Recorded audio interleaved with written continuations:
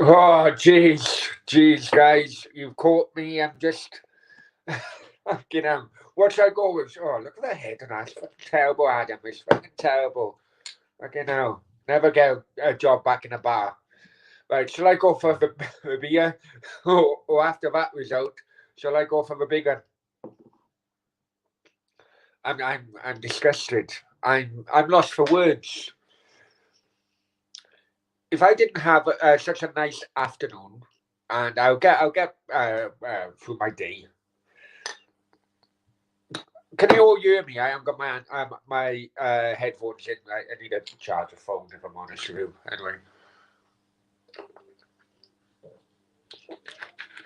Anyway, I did do a watch along. Firstly, apologies for watch along. Where's back? Hang on. Before I do that, please like, share, subscribe to the channel if you're not subscribing. There's my Twitter handle there on the ticker, Facebook, Football Brownie, Instagram, and the link you all have been asking. Uh, anyway. Right. Right, where do I start? Well, first of all, apologies if you guys were looking forward to a watch along. I'm going to be quite honest with you, which I was in the video I done a couple of hours ago. Basically, what it was is that, um, we done a watch along. I took time out on Friday when we done a watch along. Done like an afternoon kind of thing, and in between, I'm also doing my other online work. And like last night, for example, I didn't actually go to sleep or go to bed around until about 5 o'clock in the morning. Majority of my online work, I prefer to do it really throughout the night. Obviously, it doesn't really go down well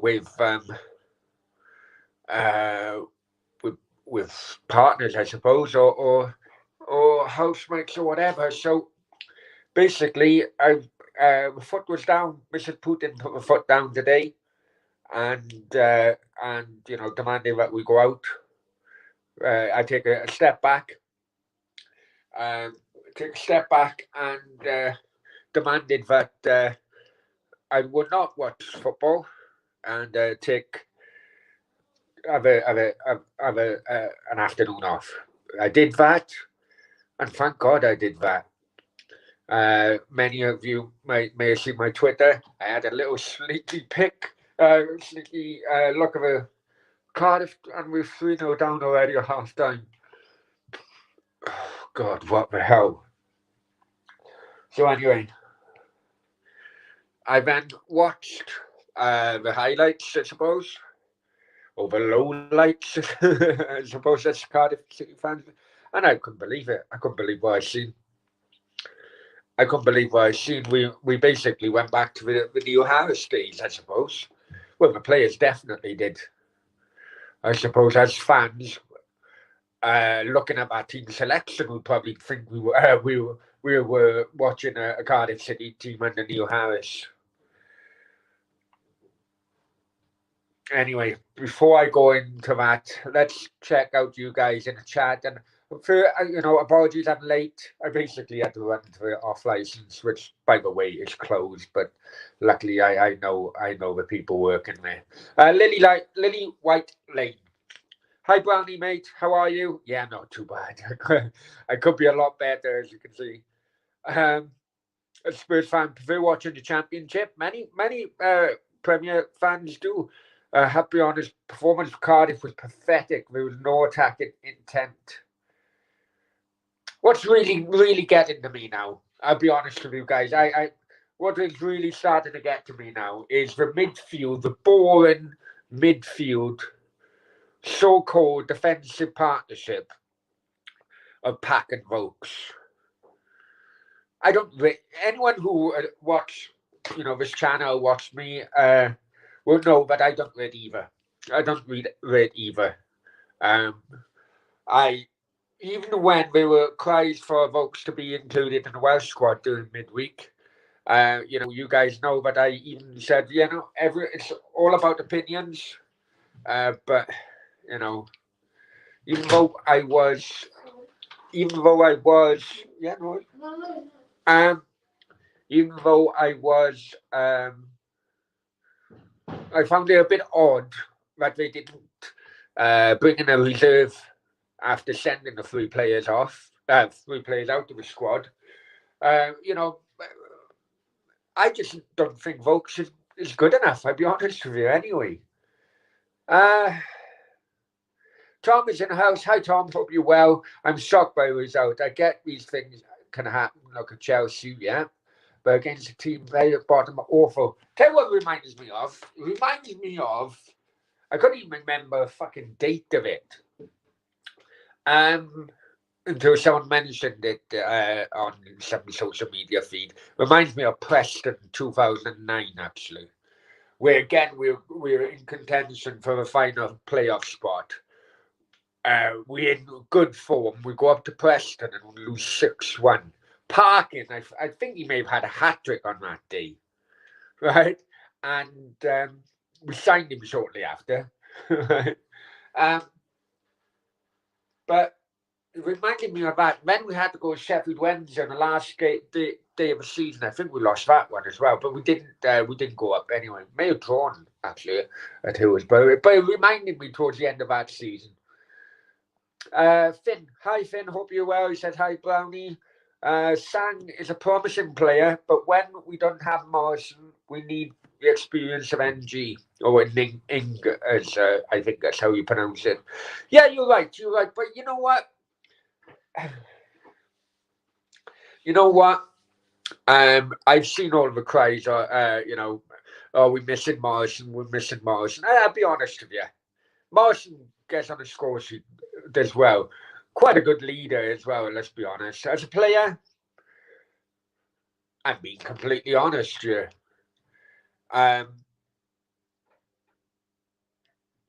If we're missing Morrison that much, then I think it just shows how poor our defence actually is. That's my opinion. I don't know if you guys would agree. How many fouls and rows folks Pat give away? I know. Sometimes sometimes they are in the modern game, sometimes they are more of a necessity kind of fouls now. Where to break up counter attacks and stop counter attacks and so on and so forth. But yeah, yeah, I can agree with you there. Leslie's in the house. Hi, Leslie. Even in Brownie, I feel sick as a fucking pig. Actually, awful performance. What the fuck, eh? I know.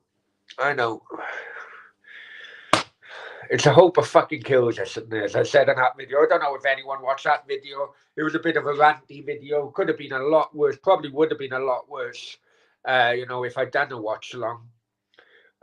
Probably would have been clipped to fuck by Swansea fans as well. But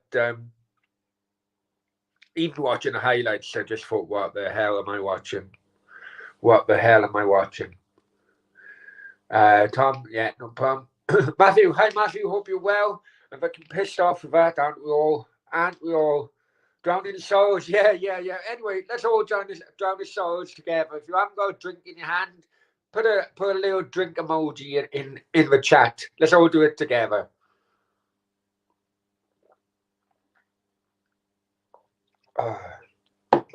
Just bear with me. My nose is running.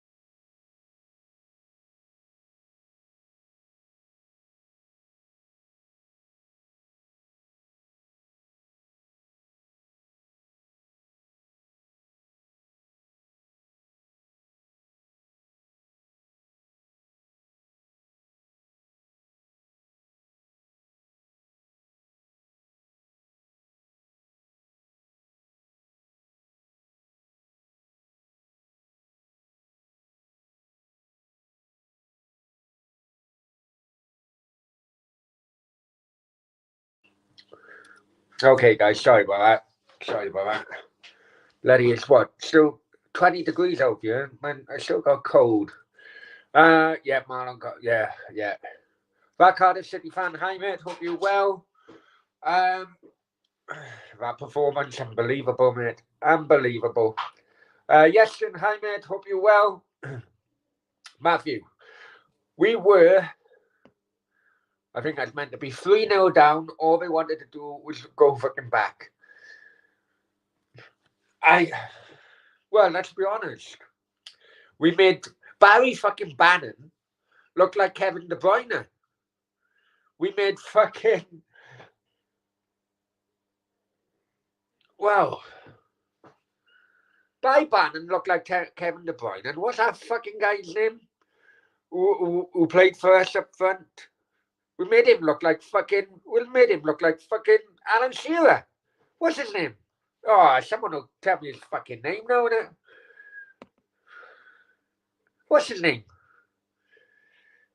Oh, I can't fucking remember. I'm not even drunk. I'm just pissed off. What was the logic of that? I know. Sorry. Sam Daly. Hi, Sam. Hope you're well. I'm so depressed after today's result. I just want to get us back in the Premier League so much. No chance of making it. Absolutely no. I agree with you there, Sam. And I tell you what, it's not being spoken about. It's not being spoken about, and it really, really should now be spoken about, because after today's result, there's no way we're going to make a playoffs. But the press ain't picking it up, and I'm wondering why. What is their agenda? Because the South Wales press ain't picking it up. The parachute payments are coming to an end this summer. Okay, many of the players are still on Premier League contracts. Okay, there would have to be a mass clear out, or Tan is going to have to there have to be a mass clear out and bring people in on pennies, lower league players on pennies, or Tan is going to have to put his hand in his pocket. Now, what is that, the rumours that Volks has gone 7 million after today's fucking game. If a club gives 7 fucking quid for him, I'd be driving him to that ground. But reality now starts to have to hit with Cardiff fans and the South Wales media. The media need to start asking Tan and his sidekicks what's their agenda going into the summer, during this transfer window, because the club needs revenue from somewhere. Needs absolute revenue from somewhere. So in a way, it could actually be a godsend that we're now out of the playoff places with a few weeks to spare, rather than losing out on the last day, because now the press, supporters groups now need to focus on the fact that parachute payment money is coming to an end in the summer. How is a club going to move on from the summer? It really needs to hit home now with people. Me and Dan Blakemore from GTFM have been mentioning this week in, week out, regarding this parachute payment issue. Now, yes, we had a fantastic run under McCarthy. I got, fair dues. We had very lucky sometimes along the way, but, it's about time luck coming our way in some of them games. But, okay, we're not going to be relegated. We're not going to be promoted. We've got a few weeks left to the end of the season. The people need to focus now.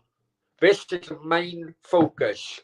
What is Tan's agenda stroke forward thinking what is going to happen now in this summer? Because no parachute payments.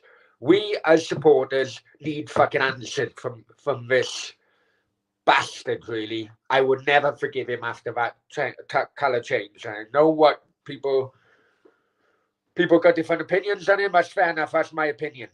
But as a group of fans support the same cause, Cardiff City Football Club, the fans, fan representatives, supporter groups, and of course the media need to start asking questions of Tan now. Start asking questions of Tan. Otherwise, to put it bluntly, financially, the shit could really hit the fan. Right, let's move on. Matthew, hi Brownie, just donated. Oh, thank you very much, Matthew. You deserve it, mate. Never fail to make me laugh. Well, fucking hell. I struggle to make myself laugh at times, but many, many thanks. Much appreciated. Guys, in the chat, can you just put a clap emoji to Matthew? Thank you very, very much, Matthew. Much appreciated. Sam, God, work is going to be tough tomorrow. Where do you work then, Sam? Don't tell me down Swansea somewhere, is that? I'll start go get up tomorrow after this. 12-hour shift, look forward to after this. Oh, jeez. What time we starting? Imagine playing under McCarthy for 2 more years.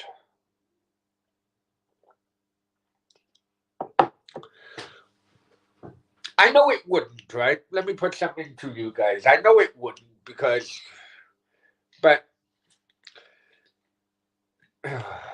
no, I'm just overthinking something. But I'm going to share it with you anyway. You let me laugh.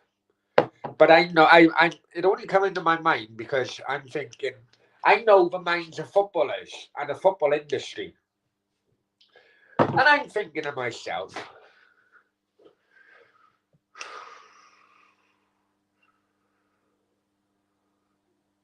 Are the players, now that the threat of relegation have gone, now that McCarthy has been given a 2-year deal, I'm thinking now of the players kind of like, I should say, is there a possible, you scratch my back, I scratch your back type of thing? E.g., McCarthy's gone in here, right, guys, this is a situation, save me from relegation. You help me get a long-term deal by playing well, and I'll make sure that you guys are all at the club next year. I don't know. I really don't know. I think it's baffling, absolutely baffling. We go on a tremendous run, and then the last 6 games we have 5 points out of a possible 18. 18. Imagine if we didn't win that Swansea game. 2 out of 18, or maybe 3 if we got a draw instead of 1. It's only that Swansea game which are papered over cracks for the other 5 games. It's kind of like players got free pass now from the fans. Like the players got free pass now because they beat Swansea. The championship season isn't about at home and away game, although we know what is at stake with Swansea home and away. But some of the bottle jobs. That's what I said in the video earlier. They're just bottle jobs. Some of these players have history of being bottle jobs with previous clubs, e.g. Bristol City, Flint, Pack. They're bottle jobs. What do you guys think? Sam Daly, I can't. The thought of that is depressing as fuck. I can't fan. I don't blame McCarthy too much. I blame the defence. But it seems as if McCarthy knew what the problem was and what money come in because he changed the defence.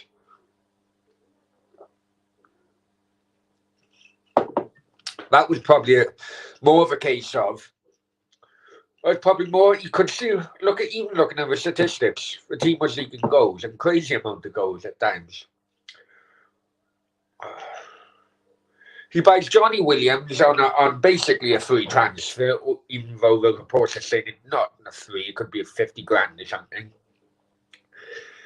So probably wasn't any budget at all. So McCarthy, okay, got no one to bring in to tighten up the defence. How else can we tighten up the defence? Okay, let's go more of a defensive kind of mindset, e.g., going three at the back, three centre halves, bringing Flint in, and it had worked, you know. But that was probably a plan. It wasn't even a plan B, probably a plan C, D, and F, because he wasn't given any financial backing when he needed when he needed when he needed it, I suppose. Even free agents, surely, you know, you don't have to have a transfer window to bring in a free agent. You're trying to tell me there's no ex-Premier League players or ex-championship players who are free agents at the moment, can't find a club who would do a better job than the likes of bloody, you know, like some Joe Rose or bloody, you know, Nelson. You know, come on, guys. You know, it does really make you think, doesn't it? We miss Morrison so much, honestly. We do, but, you know, I apart from his leadership and his goal scoring, he is good, you know, at set pieces and so on. Morrison has been found out so many times with his positioning. So as I mentioned earlier on, um, you know, if we miss Morrison so much, it just shows how bad the defence actually is.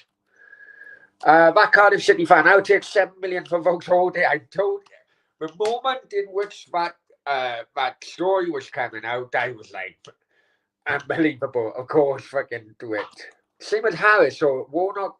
We always start slow. Oh wow, too fucking slow today, man. We're starting in reverse today, Finn. Back Cardiff City fan. Cardiff rely on set pieces, corners, throws to score, but passing teams can break and rip us open to score. That goes back to why defensive midfield players cause so many fouls. Because if they didn't, then the counter attack would hurt us on goals against even more.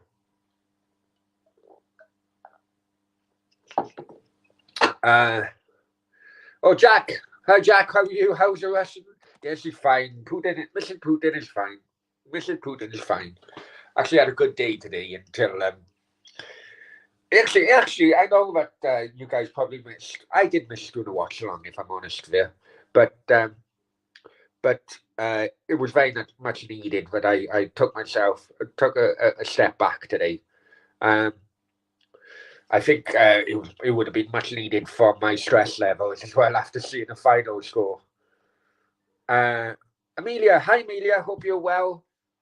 And guys, please check out Amelia's comments on my video earlier on. No, Amelia, go give it to us. She's very sensible on her comments. Anyway, let's face it, we're actually no better than McCarthy, what we were under Harris, or that run. You know, you said this earlier, Amelia. All that run was the players playing for him because he was a new manager.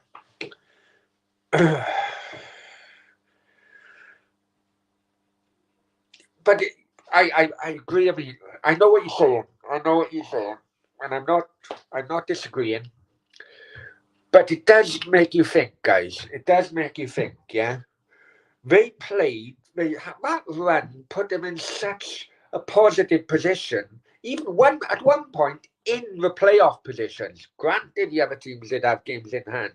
Granted, but they were really in the playoff mix before that contract was signed. Now, I was all for. Now, right. When we were coming towards the end of that run, the media rumours, even though with the betting companies, none of them give it any less odds than 66 to 1. Try saying that with a list. But, kind of, the moment in which that permanent contract signed, and I was one for supporting him because of the links to Celtic, Maybe it could have been Mick's agent playing a good game there, and a very good game of that. But the drop off since that contract was signed is incredible, and not just from Mick's management, but also the players. I mean, what goes into the player's mind? Saying, "Oh, guys, come on, we all know how much a player could make, a difference in wages between a championship player and a Premier League player." And it does make you think, the players, man, come on, guys, come on, let's fucking do it. Come on. A few more games left. Let's, get in the playoffs, and then, and then we are the ones with the, you know, we're kind of, we'll come on a late run, let's get, got a chance to get in Premier League. We have got a chance to be in Premier League players. Come on. And then all of a sudden, the drop off we have seen on team selection, team tactics, team substitutions, and player performances. You know what?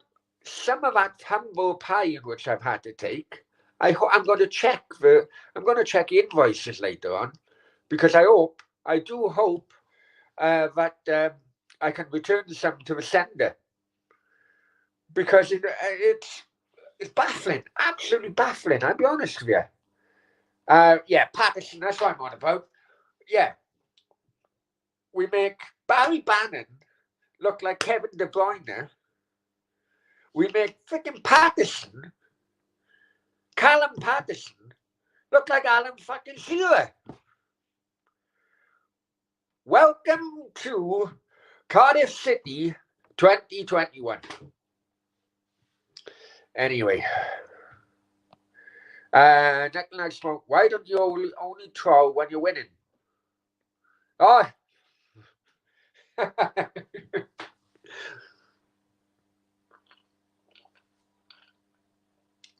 I think I'm trolling myself then tonight, am I? What are parachute payments? Parachute payments, because they basically,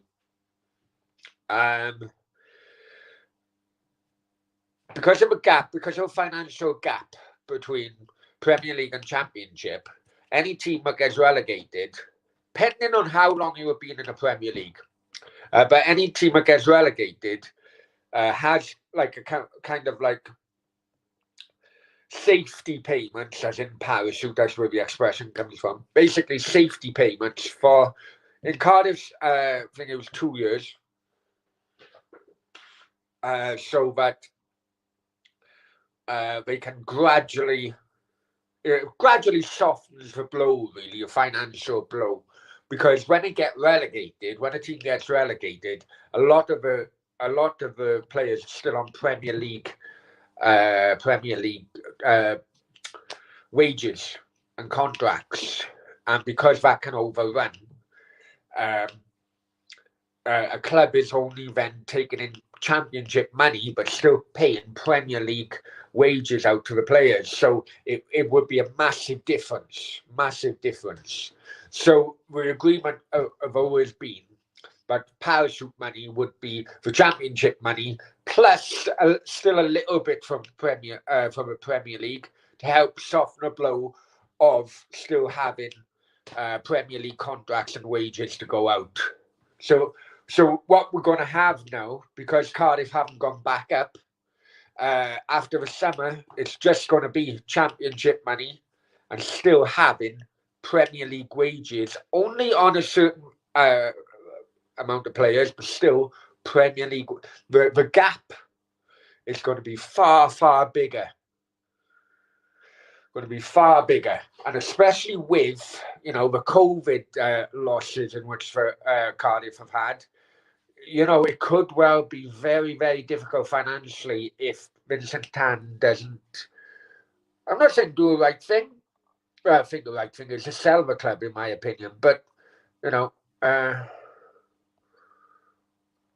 we're just shocking. Something, Yeah, I would. You know what, Sam? I've never gone back since gone to red, and I will not. Yeah, Tan. Yeah, Vincent Tan out to my club. Yeah, yeah. Reece, what four teams do you think will get to the playoffs? I'm thinking Reading will drop out. I think Barnsley are gone. I think Bournemouth. I think Watford, Swansea, Barnsley, and Bournemouth. I think that's what I'm going for. And yeah, that's all the appreciation for Matthew. Well done, Matthew. Much appreciated, my friend. Jack, I went to a protest for a colour change. He said we'll always be blue, and he said no, we'll always be red. That killed me, man. That killed me. But what did kill me, what also killed me, is the amount of people who, my friends, who I thought loved the soul of a club for so many years, bend over, take the red on the chin because they just wanted Premier League football.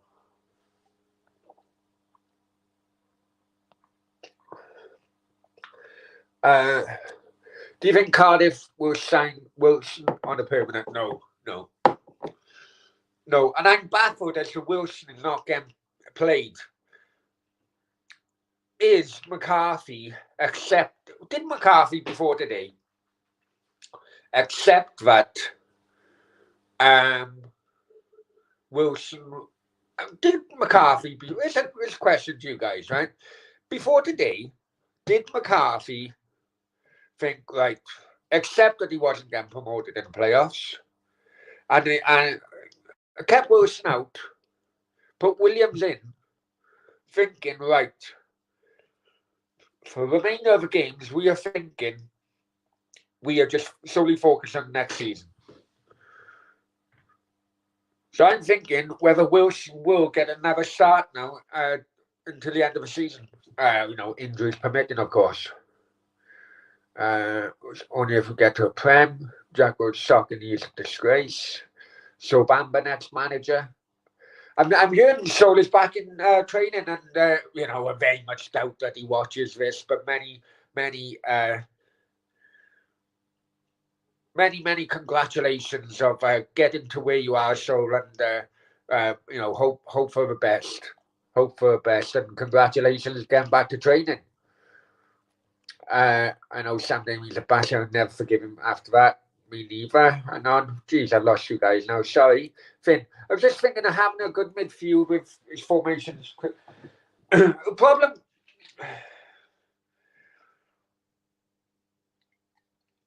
When Cardiff dropped out of the Premier League, right? Their whole midfield basically was gone. Goodison went to the Middle East, as far as I'm aware. Harry Arter went back because he was only on loan.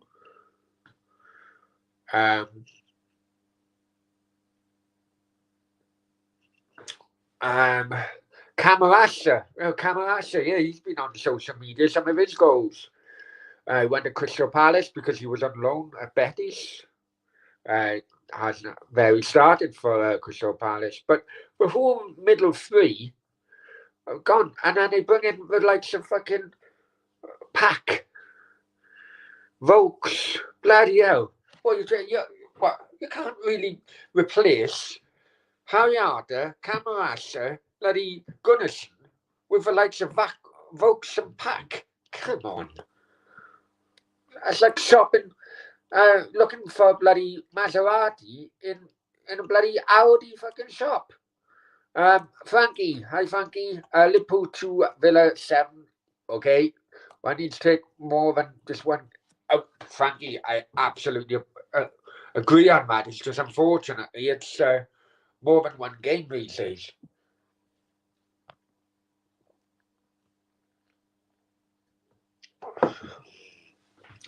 Cardiff have run out of whatever they had when McCarthy got them going. They need change momentum because at the moment we're in a bit of a bad patch. Yeah, you absolutely took my words from me there, Frankie. I'm wondering whether or not we have been found out. I'm wondering whether or not the three in the back have been found out. And it's taken us 6 games to realise that. Right, guys, listen, I need to go to the toilet, right, because I am dying for number 2. Please, please, please talk amongst yourselves. I won't be long, I promise.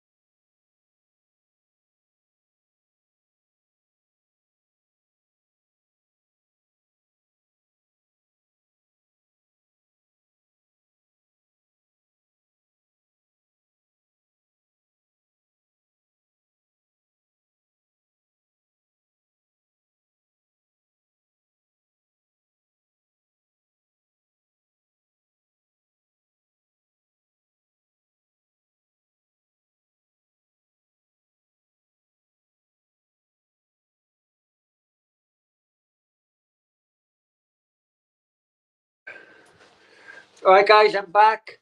Listen, I just had a number 2, yeah? Jeez, look, whoa. I feel 2 stone fucking lighter, I'll be honest with you. Thank you for waiting, yeah? Thank you for waiting. 2 stone lighter brownie is back with you. Jeez, that was a hard one, mind. I had to hold on to a bloody toilet door handle. Right. Which one? South Wales isn't blue, South Wales isn't white. Yeah, you may be right after today, Reese. But thank you for coming into a chat and joining us. Thank you. Does anyone remember Nigel Pearson in an attempt to save Watford from relegation?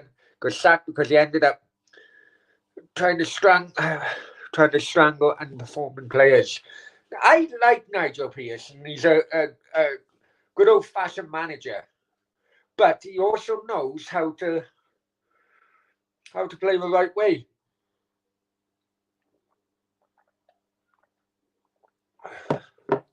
I was very surprised that he wasn't approached when Cardiff were looking for a manager.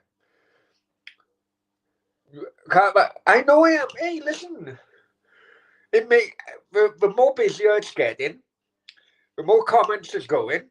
You know, listen, I want to give every comment my full attention. Time check. You cheeky bastards, you lot. I'm telling you. I'm telling you, you cheeky.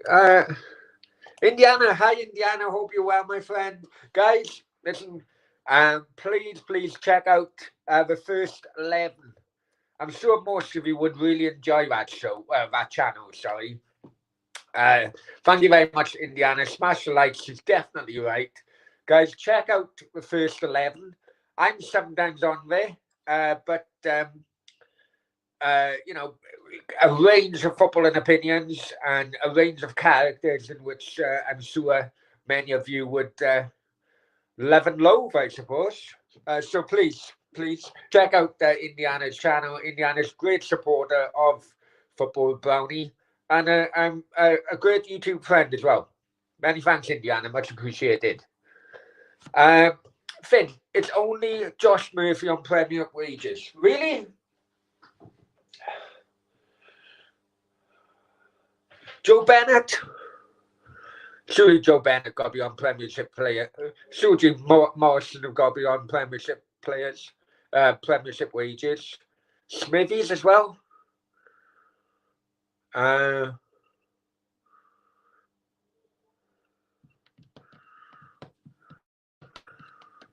Trying to think now.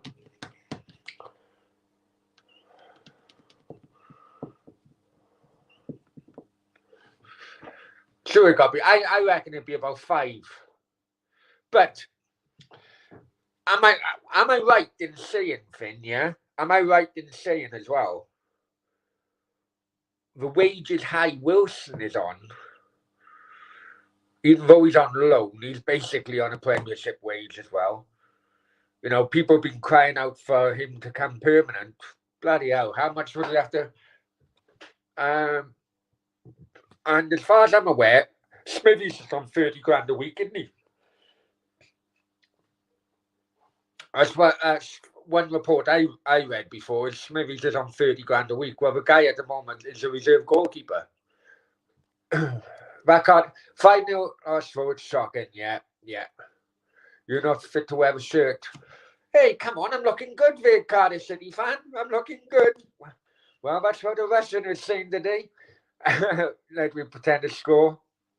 Hayat is a bastard. But you know what? He was our bastard when he was playing for us. He's like one of those players, and there's many players who were bastards, who were away, you know, opposing fans hated. But if he was a player playing for you, you'd love. And it can't be any, you know. It's Diego Costa. I know I'm living over here now, and he had issues with Atleti before he left, before he went on a free agent. But you know, a Diego Costa, you know, was one of those players. You know what I'm saying. Many of them. Well, we know with former Swansea players, but Swansea fans love them. You know.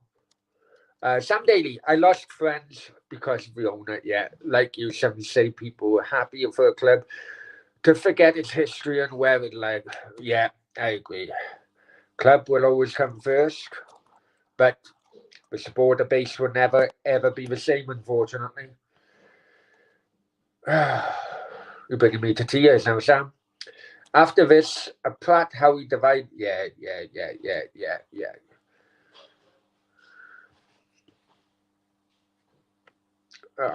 Yeah, I know what you mean. I'm going to a restroom. We'll be back shortly. Some of us eat. Ah. Oh, well, come on. Hey, Frankie, this is just me, though, and there's just me, you know. I can be as PR as they can, as bland as they can, or I can just be me, just being me. You know, so, but apologies if you, maybe I should have said, okay, if you're eating, I apologize, but I need to take a shit. Maybe that's what I should have said. Apologies, right? Mr. Bundle, hi, Mr. Bundle. Hope you're well. What's cooking, people? Mr. Brian, chat, what's cooking? I hope you're well. Cardiff not cooking. We're looking half baked at the moment. A slow fucking burner. A slow fucking burner. Did you wipe your ass? Oh yeah, that got wiped. I'm telling you. At the moment, I'm wiping them with baby wipes because of fucking because of hemorrhoids. No, I'm joking. I'm joking. Or have you got mud in your eyebrow? Mud in your eyes. Okay, fair enough. Nigel Pearson, Vincent Tan, some disagreement. I I don't know, mate. To be honest, Smithy's on 35. Yeah, I knew you was something like that. But needs to start more. You need. Well, I knew he was on something crazy like that. But look, I know Phillips have had a couple of questionable uh, um, performances of late. But I still, at this moment in time, I would still put Phillips ahead of Smithies.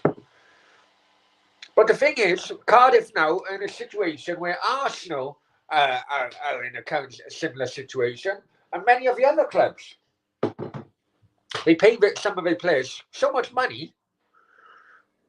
You know, it isn't a game of. I've said this on one of the previous streams.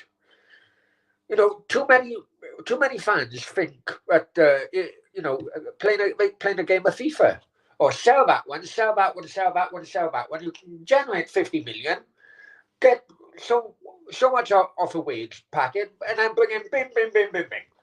Well, hang on, it doesn't work like that. A player is contracted to a club. You want to get rid of a player. The player needs to agree that you would want to go.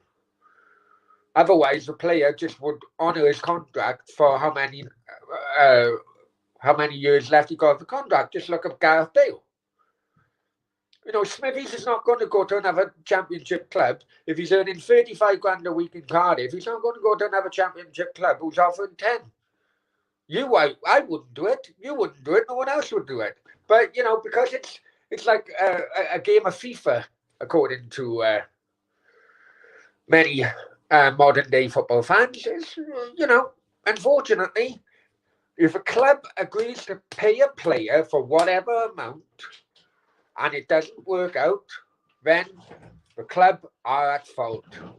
And I can see Smithies just running out his contract on 35 grand a week because I can't see another buyer coming in on that at 35 grand a week. Unfortunately, that's how it is. Yeah, true. High Wilson's wages are big. I thought they were. I said the players. I said players, you're not fit to wear a shirt. And I know. I'm just winding you up. Frankly, it should be a shame for Sheffield Wednesday to get relegated on United who be back in the Champions. Yeah, well, you know, I don't know how much you know of the issue with Sheffield Wednesday, but let's just say they didn't play to the rules properly, and this brings me on to something else actually, because it was highlighted again. And I'm trying to think. I don't know how much you guys know Kevin Maguire, the Price of Football podcast. And he's basically a football financial expert who bases himself in Liverpool, John Moores University, goes around the media quite often. And I follow him on Twitter. And if you're interested in the finances of the game of football, then I would highly recommend following him on Twitter. But this is happening quite a lot in championship clubs at the moment. Basically, the owners of the clubs are setting up new companies, mainly based in the Caribbean islands, you know, or other tax havens, setting up different companies, and he's separating. They separating the club. Sorry, they're separating the club. So one company would own. One company would own the stadium and the rights to the stadium, and then the other company would own the football club. And further down the line, we could have. I'm estimating been more issues like Coventry and what's happened to them and their new stadium. So yeah, I think that's something what Sheffield Wednesday was found out doing wrong, playing bad games like that, and they got found out. That's why they had the point deduction. 11 late night strange. Well, what's your favourite Scotch and cigar? Now, Amelia. What's Amelia say?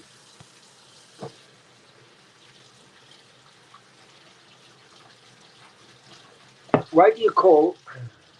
Oh, no. I'll answer that later. Do you remember that Dutch Chelsea player? Don't know. I don't remember his name. Um, Smithies would be good backup for Watford. maybe, but um, I don't know. I don't.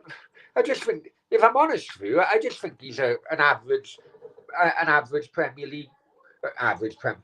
I think he's an average Championship keeper, maybe backup, but nothing better than that. I don't rate him actually. Never have. Always thought he was overhyped. Arthur would be another good cheap low wages signing. We after some Wednesday players. We need them to go down, get them cheaper. Well, but okay. So what? Are Cardiff now going to think? Cardiff now going to think, okay, here's another opportunity, like they do with Kiefer Moore.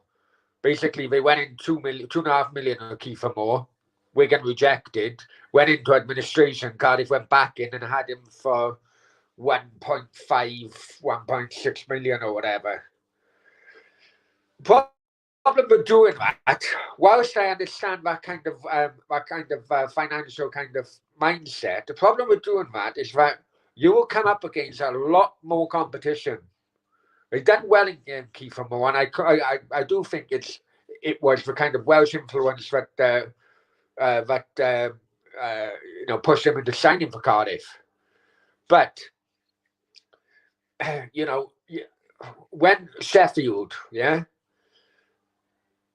there's a lot of teams around the Midlands area, East Midlands, West Midlands, even we're like as far down London and Reading and so on.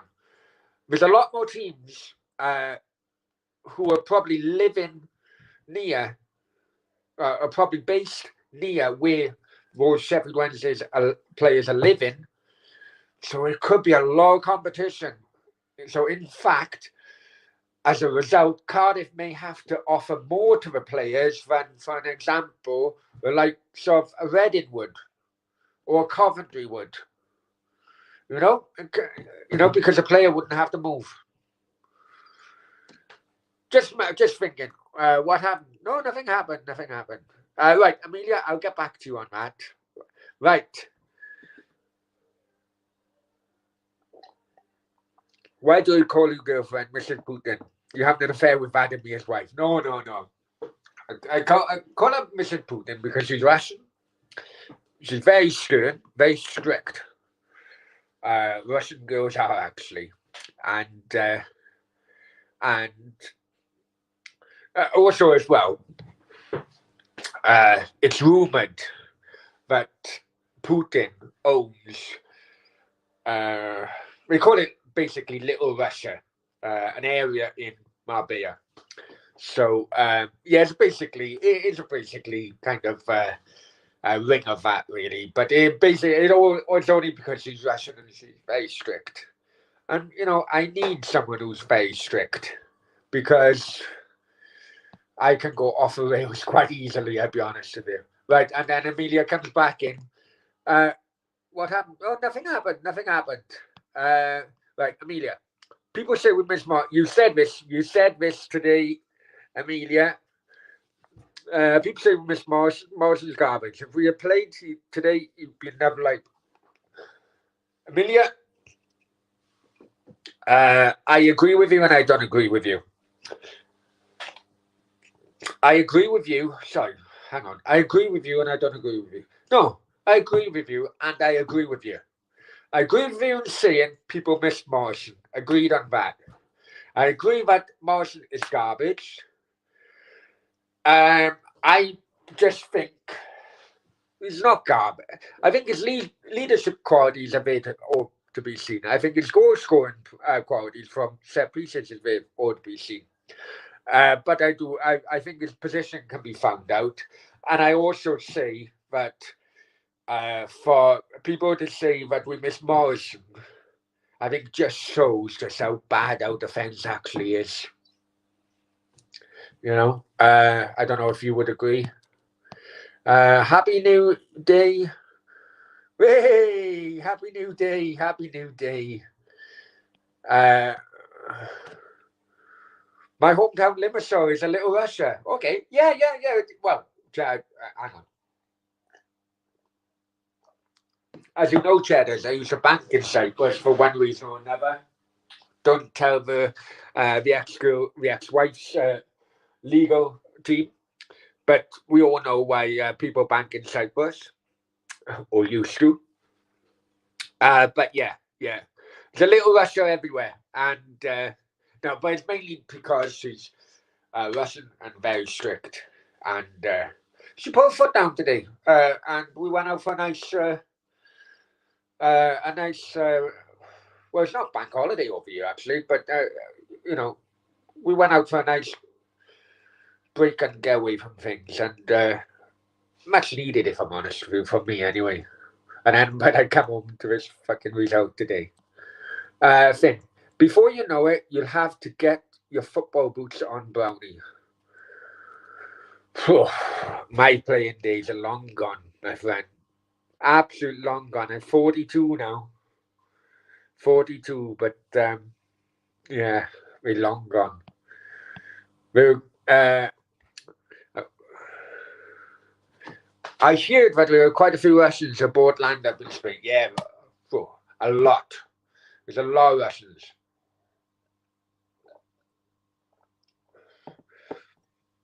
And this was always my issue with people are saying, listen, I don't want to bring politics into it, but I'm sure you can't, after the kind of Brexit thing, Brits won't be able to live in Spain, blah blah blah blah blah. Well, hang on, Russia isn't in the EU, and the amount of Russians over here is incredible.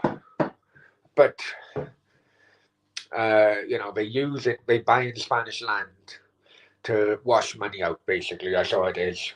Russians are actually Russians were former owners of Marbella Football Club, which allegedly was used to clean money. The owners are actually banged up on the allegations. We'll let go about a couple of months later on parole. I don't know what the latest was. They then sold Marbella. So I don't know. But yeah. But that's what, not just Spanish football clubs, all football clubs. That's the allegations with Abramovich always were, that he was using Chelsea to wash money. The thing is, if you want to wash money, if you want to wash millions of money, well, what you do, buy a football club, and then buy players from abroad, if you know what I mean. Upside down emoji. I never knew about this emoji. I didn't. Oh, that's probably going to be me tomorrow morning, man. Amelia Kendall Williams. I do like a double barrel name. It's not Bamba we miss. Sorry, it's Bamba we're missing out, not bloody Morrison. I wonder if Bamba can play a manager. He's already 35, Finn. I don't think, even though he is coming back, I'll tell you who he reminds me of a bit. I know we haven't had West Ham fans in today, and I thought we may have had West Ham fans in tonight because they had a fantastic win tonight. You know, um, with Rice being out, for considerable time throughout the final few games of Premier League. But I don't know if you guys remember a guy called. He's gone to Brentford now on loan. New Zealand guy. Can't remember his fucking name now.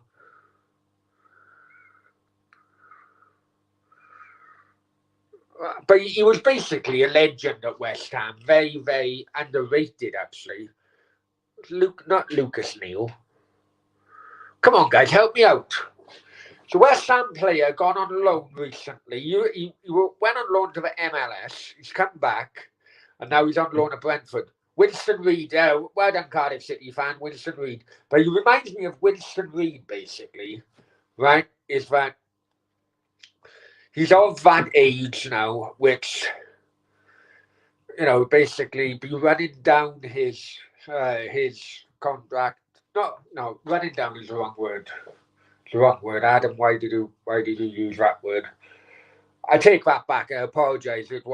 I didn't mean for it to come across like that. But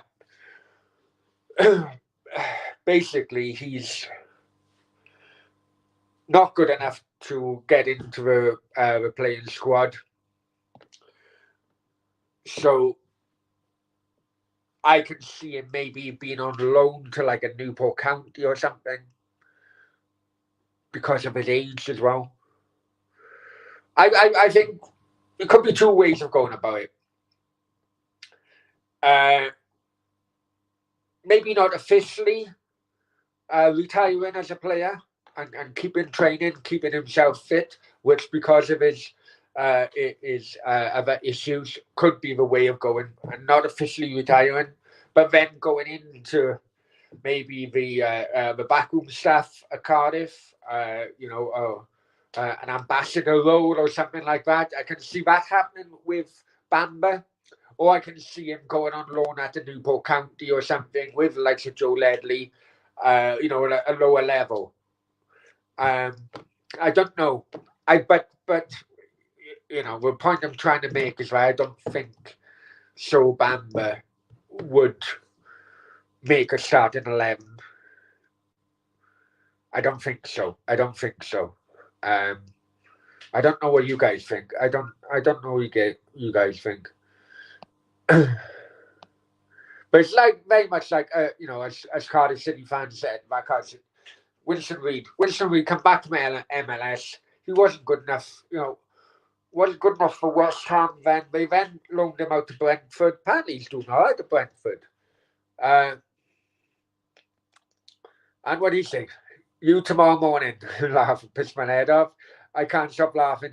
Yeah. Well, it could well be. Well, hey, you never know. If I play my cards right with Mrs. Putin, that could be me tonight. You never know. Problem is when fans come back, West Ham's home form might drop due to a shit stadium. But still, I don't agree with you, Finn. If I'm honest with you, I don't agree with you. On that one, I think West Ham's home form may actually improve because of their fans. West Ham fans are very much like the old Cardiff City fans in Ninian Park, where they like a grumble, they like a moaning, they like a whinge. They always had a player in a team in which was always a scapegoat. Very much like there's so many similarities. I keep on saying this between Cardiff and West Ham. How they both kind of were created and the background and so on. But what I do know of both West Ham and Cardiff fans is that if a team are going, no matter what is happening off the pitch, if they will always support the team, And if a team are producing the goods on the pitch, then they would easily be the 12th, 13th, 14th, and even 15th man cheering them on. So I don't really agree with you, Finn, but I do understand what you mean. That it will affect other teams, but I don't think it will affect West Ham. I think it'll actually improve them. I tell you what, I tell you who we've really missed is Lee Tomlin. Him and Johnny Williams together. I don't think the signing of Johnny Williams was the best move. You know, Mick McCarthy bought him because he played well for him at Ipswich. You were talking a few years ago now, since McCarthy was in charge of Ipswich. I don't think it. Lee Tomlin. I know he's having issues. This is what I'm going to say about Lee Tomlin. And whether people like it or not, that's up to them. It's just my opinion. But I don't give a shit if they like it or not. But this is my opinion of Lee Tomlin. I know he was having shit off fans a few weeks ago. Now, I know that he's. You can see. Let's be honest. You can see that he's put on weight.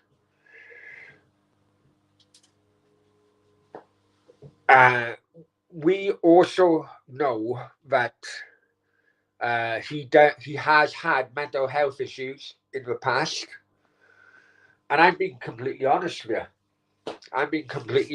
you. No, it's completely different, but there is a link there. If you bear with me, there is a link there. Doing a credit crunch in 2008, right?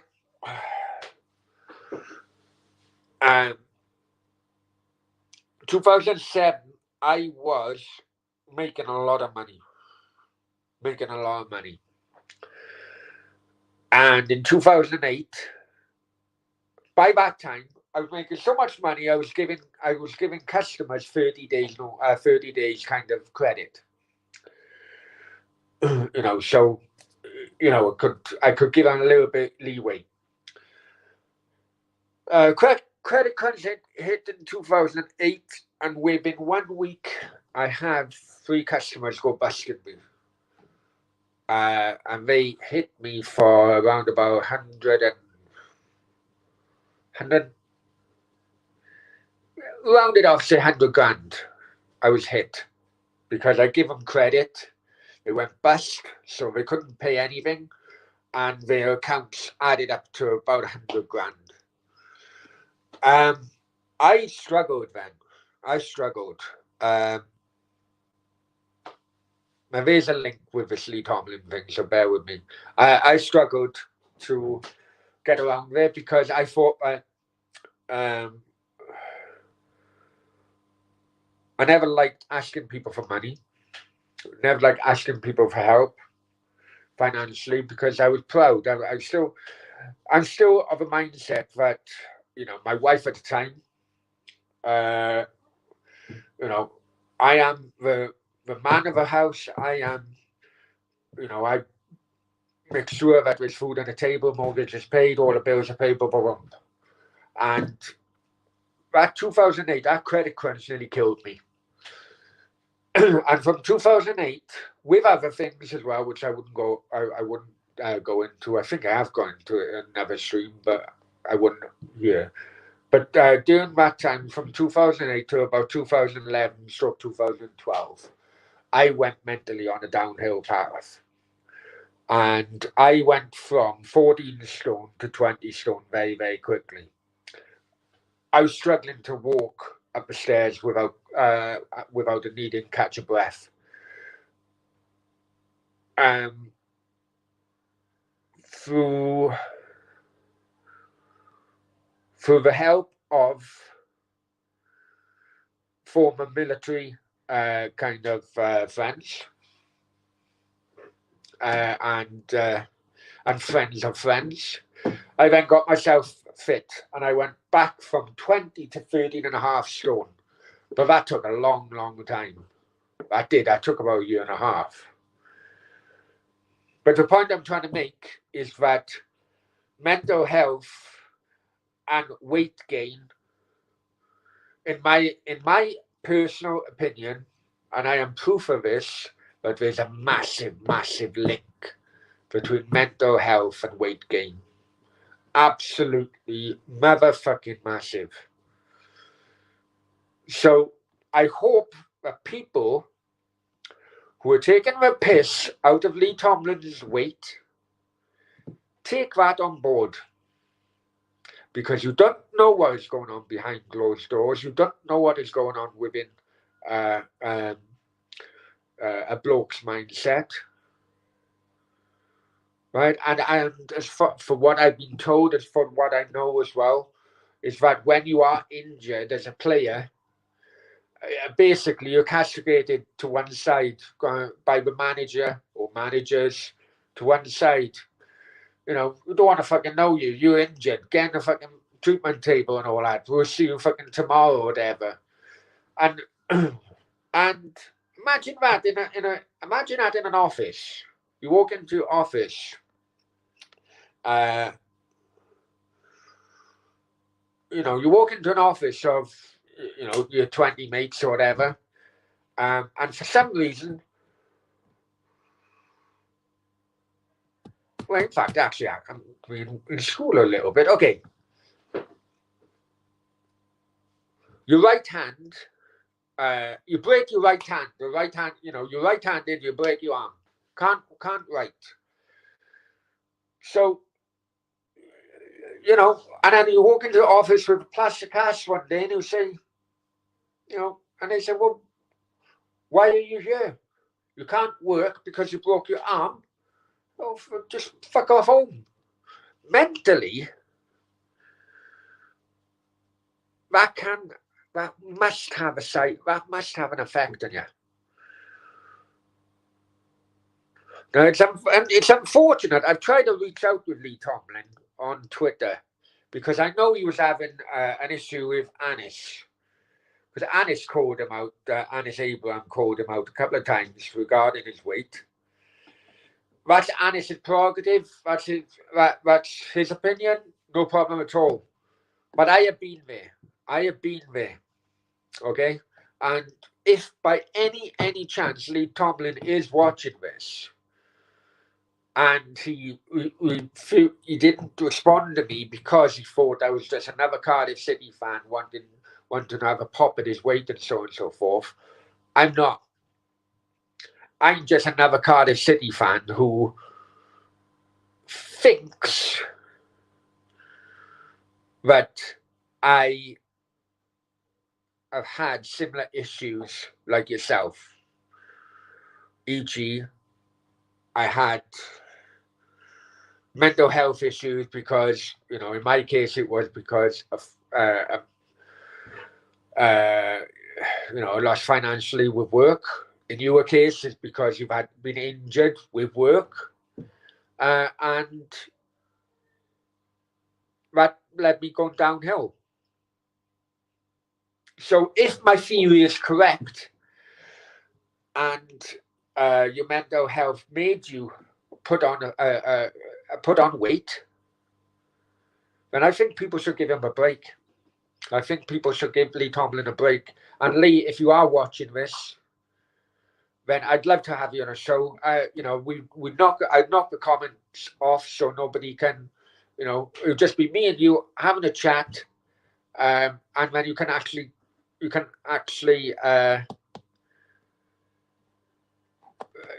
just tell people what needs to be told. I know that throughout today that people may have took the wrong kind of stance against some of your tweets, but I just want to put it out there. Because I'm sure that there's a link between Lee Tomlin's mental health and his weight gain, and people who at one point were, campaigning against bloody mental health and campaigning for mental health and campaigning against bloody trolling on the internet.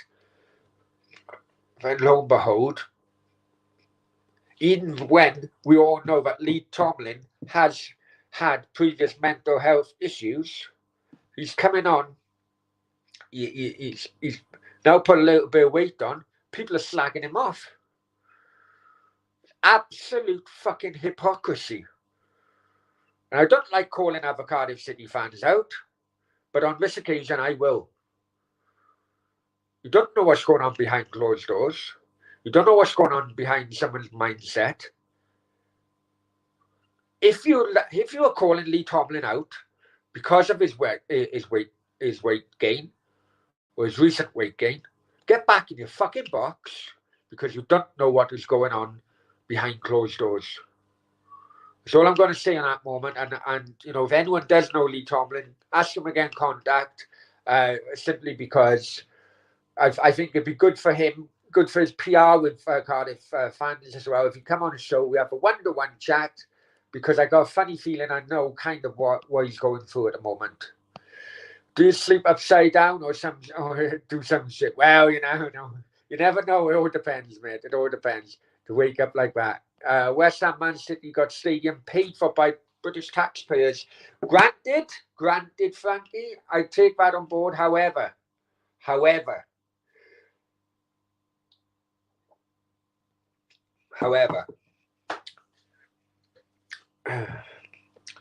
with land prices going up, right? With land prices going up, I don't know if Man City bought this stadium now, but West Ham, I know with West Ham is still paying, rent. It's still paying rent. I think the moment Khan loses the moment Khan is out of the not London Mayor anymore, I think you can only do 2 stints, can't he? Right, I think. Well, anyway, West Ham are gambling on Khan for life after Khan. So what they're doing, they're paying rent. Khan loses or leaves London Mayor role. Someone else goes in. That is when they say, right, we want to buy that stadium. Finally. So in a way, it's a benefit to. It was the London taxpayer rather than a British taxpayer when it comes to West Ham, because it was London taxpayers. Right, just to put that record straight there. So the stadium gets built 2010 or whatever it was. I don't know. I can't fucking remember. Just rounded off, cost $500,000, right? Or 2012, whenever it was. Say $500,000. No, not $500,000. Sorry, call it 50 million, right? Right. So then West Ham move in, rent.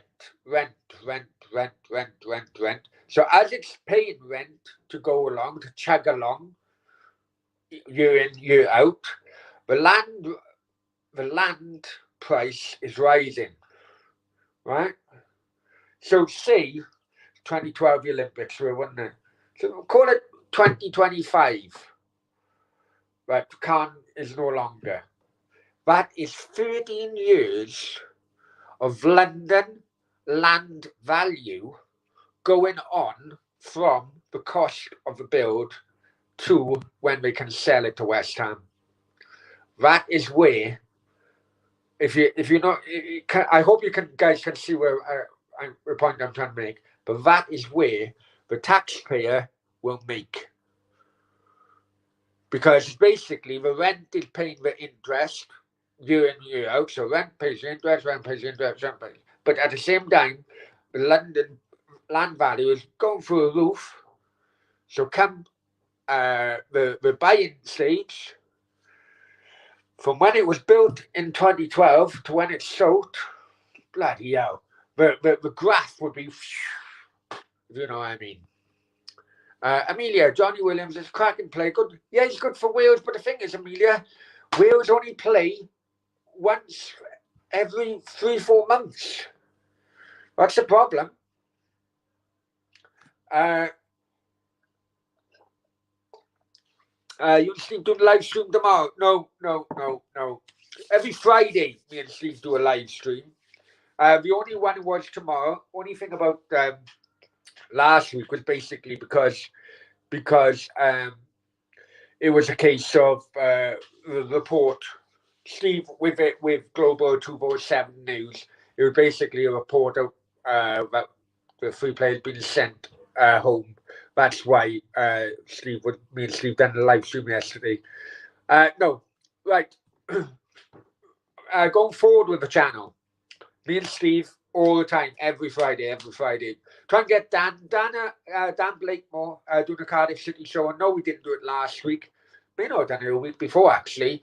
But because of the internationals, and Dan has taken on another working role. The guy works constantly. Now Cardiff City is starting to play again now. The Cardiff City show will be coming back this week. I need to just pin Dan on a time and date. And also, I don't know, you guys, everyone follows the championship. Do anyone follow Benjamin Bloom or Benjamin Bloom? Benjamin Bloom. Anyone follow his channel? And also as well, I did tell you a few days ago that I'm very excited that a politician is also going to come on the show. We're still at the negotiation stage at the moment, so I can't give you a time or a day on that yet, but I'm hoping it will be within the next 2 weeks. And then I don't know. Did you guys work? Did you guys watch the Romanian show with Philippe, Romanian football show? Give me some feedback on that if you did watch it, because without feedback, I don't know whether some shows work, whether some shows don't work. Please give me feedback if you did watch that Romanian. I love doing it. I did love doing it. But it was because he lives in Toronto. The live chat was up and down quite strangely throughout the night. But that was mainly because it was so late in Europe I was doing it. So if you did watch that Romanian show, give me some feedback. If you haven't watched it, please go back and watch it if you've got a spare hour or so. It was really, really, I loved doing it. Finn, who has the best set of fans in my opinion?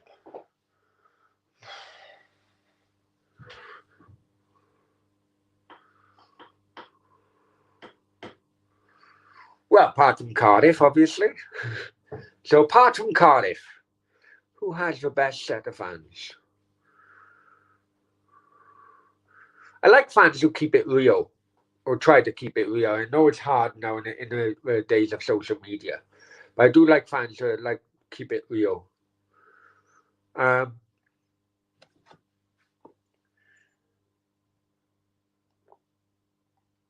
That's a hard one, really, because I think keeping it real would mean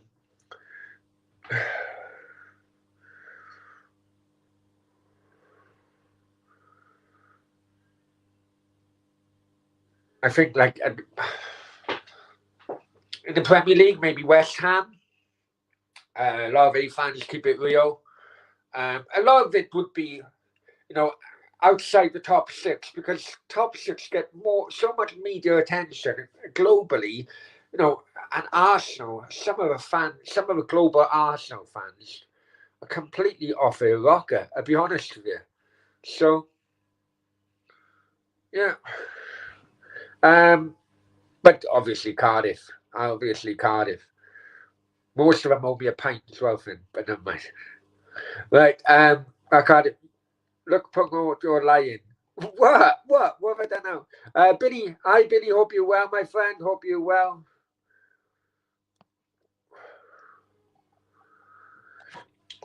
What do you think? Billy, I am seeing you in the chat. So before I answer this question, I hope you subscribed, okay?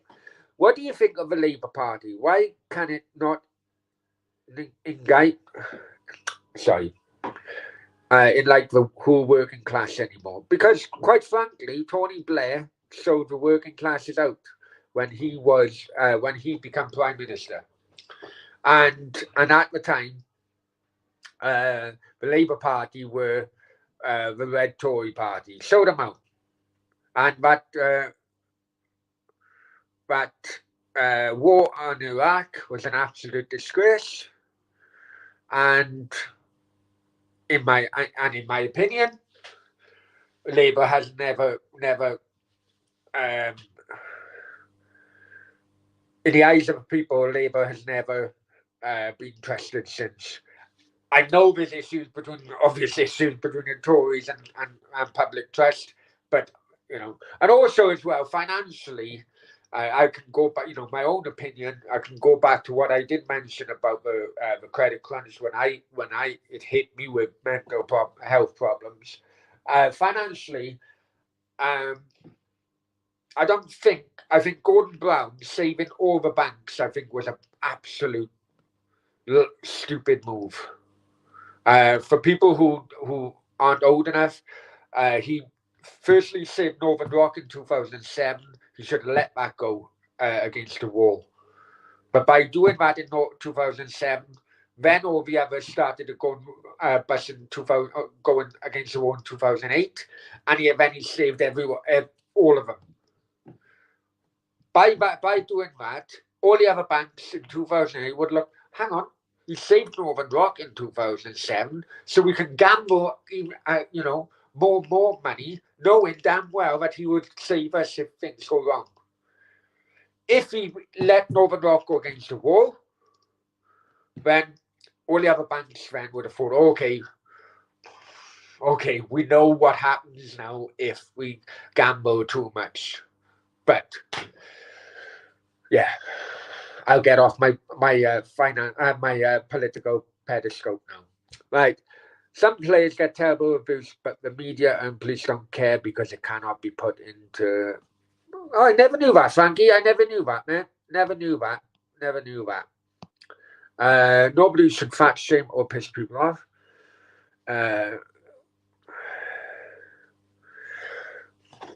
That's what's. To be honest, hang on.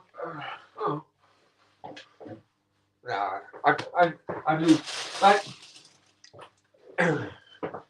But honestly, that Cardiff City fan, that is slightly, no, not slightly, that's really, really annoyed me with some of the Cardiff City fans regarding Lee Tomlin. And now, you know what? I may clip it, actually. I may clip my rant about that. Because I hope then that clip embarrasses some people. Let's just say that, because some of the social media rants against Lee Tomlin, I think, is a disgrace. I thought it was Dan on a Friday. Yeah, Dan. I need to nail Dan. Problem with Dan, I say it. Sometimes it'd be a Friday daytime, but I really want to nail Dan down to a particular day. But I can only do that once he knows that, because he's taken on a hell of a lot more work, and he will tell you that. He'll tell you all, because he's took another role within South Wales football. But I do want to nail down a particular day with Dan going forward. But his work schedule is all over the place at the moment. Just maybe a week or two until we can finally say, right, it's me and Dan on a particular day. People that causes hate and suicide or offending people are going for time. Listen, I'm no angel. I'm no angel, especially in social media. Anyone who looks at my previous videos know who I'm talking. The people I'm talking about. But problem is, I only go. I have a problem where if someone calls me out on social media, then they do live in my head. They live in my head rent free. So if someone calls me out on social media, and we know the characters we're talking about, I don't want to give them any more airtime. They live in my head rent free, so then I come back to them. I never ever start a YouTube social media argument with anybody. It's always, if you see me having bad words with somebody, it's only me in retaliation.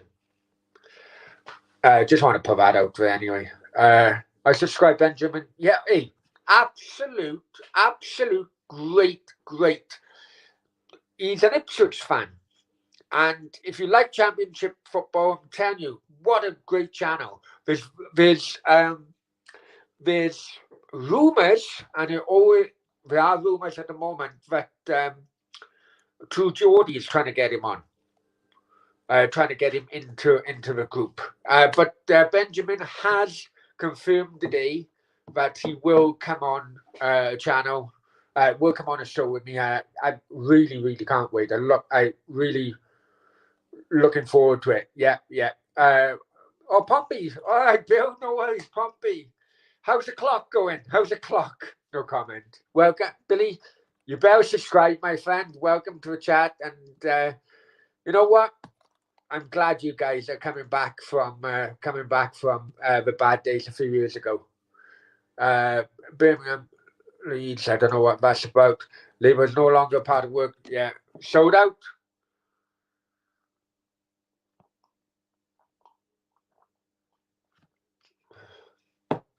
Benny, spot on, Brownies. Yeah. There will always be. I shouldn't do this now because I never wanted to. I never wanted to go down a political route with this channel, because I just wanted, football is a world language. It brings everybody together. But I've had a couple of drinks now. I'm quite pissed off because of the result today.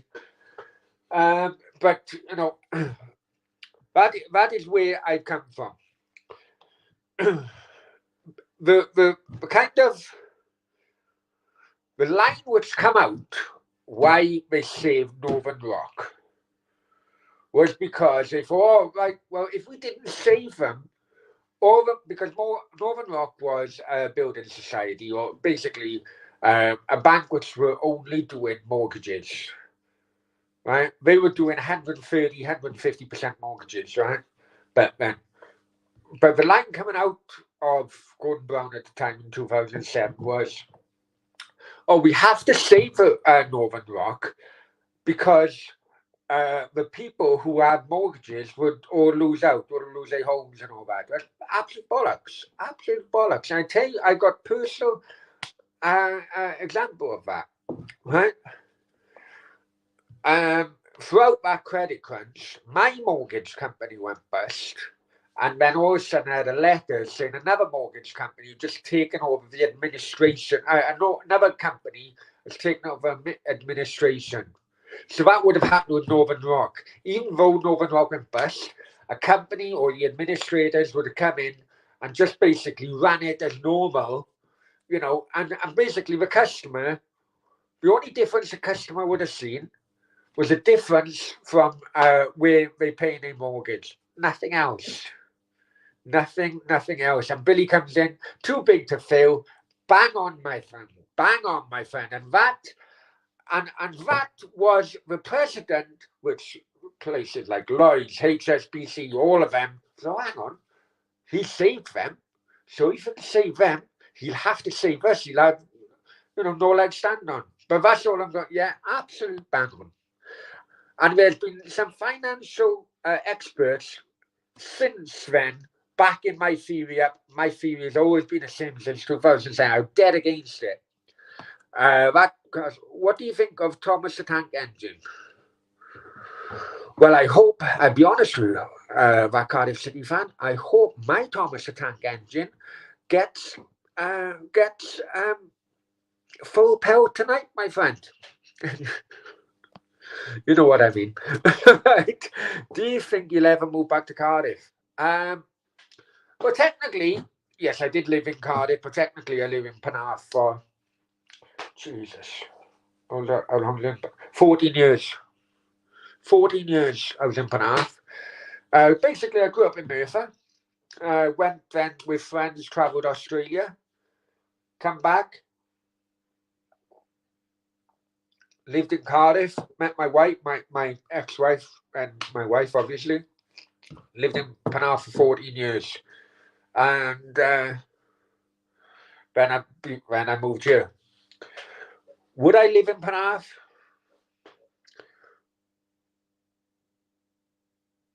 I'd never say no to that. I think Penarth is an absolutely fantastic community, fantastic town to.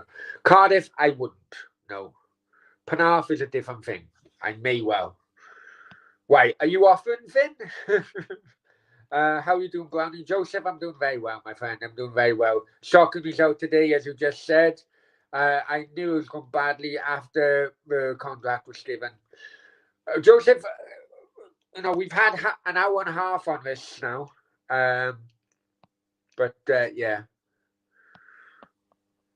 Okay. Lightning McQueen. Come on, guys. Come on, guys. We're having a good laugh tonight. Let's not too big to fall outside the law. I'm glad Leeds have stayed in the Prem. Can't wait to see Ellen Road with fans. Yeah, it's always used to be a good, I love laughing. I'm sorry. I'm so sorry. Oh, hey, come on, guys. Hey, it's all about laugh. If I didn't put this bloody stream on, we'll all be pissed off.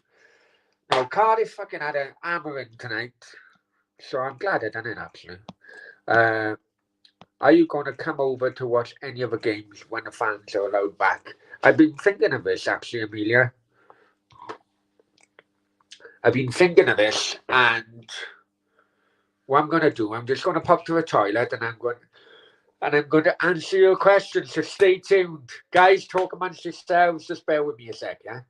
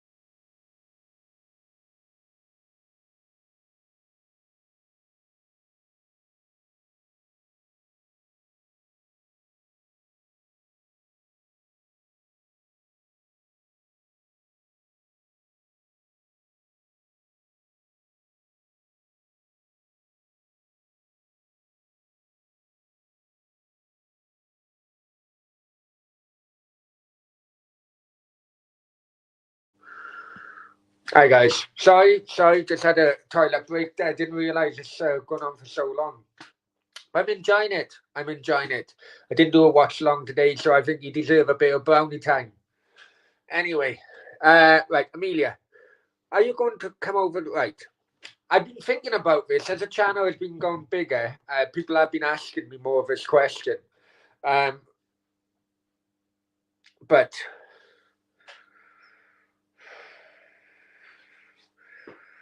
I mean, before COVID, how I used to do it would before COVID.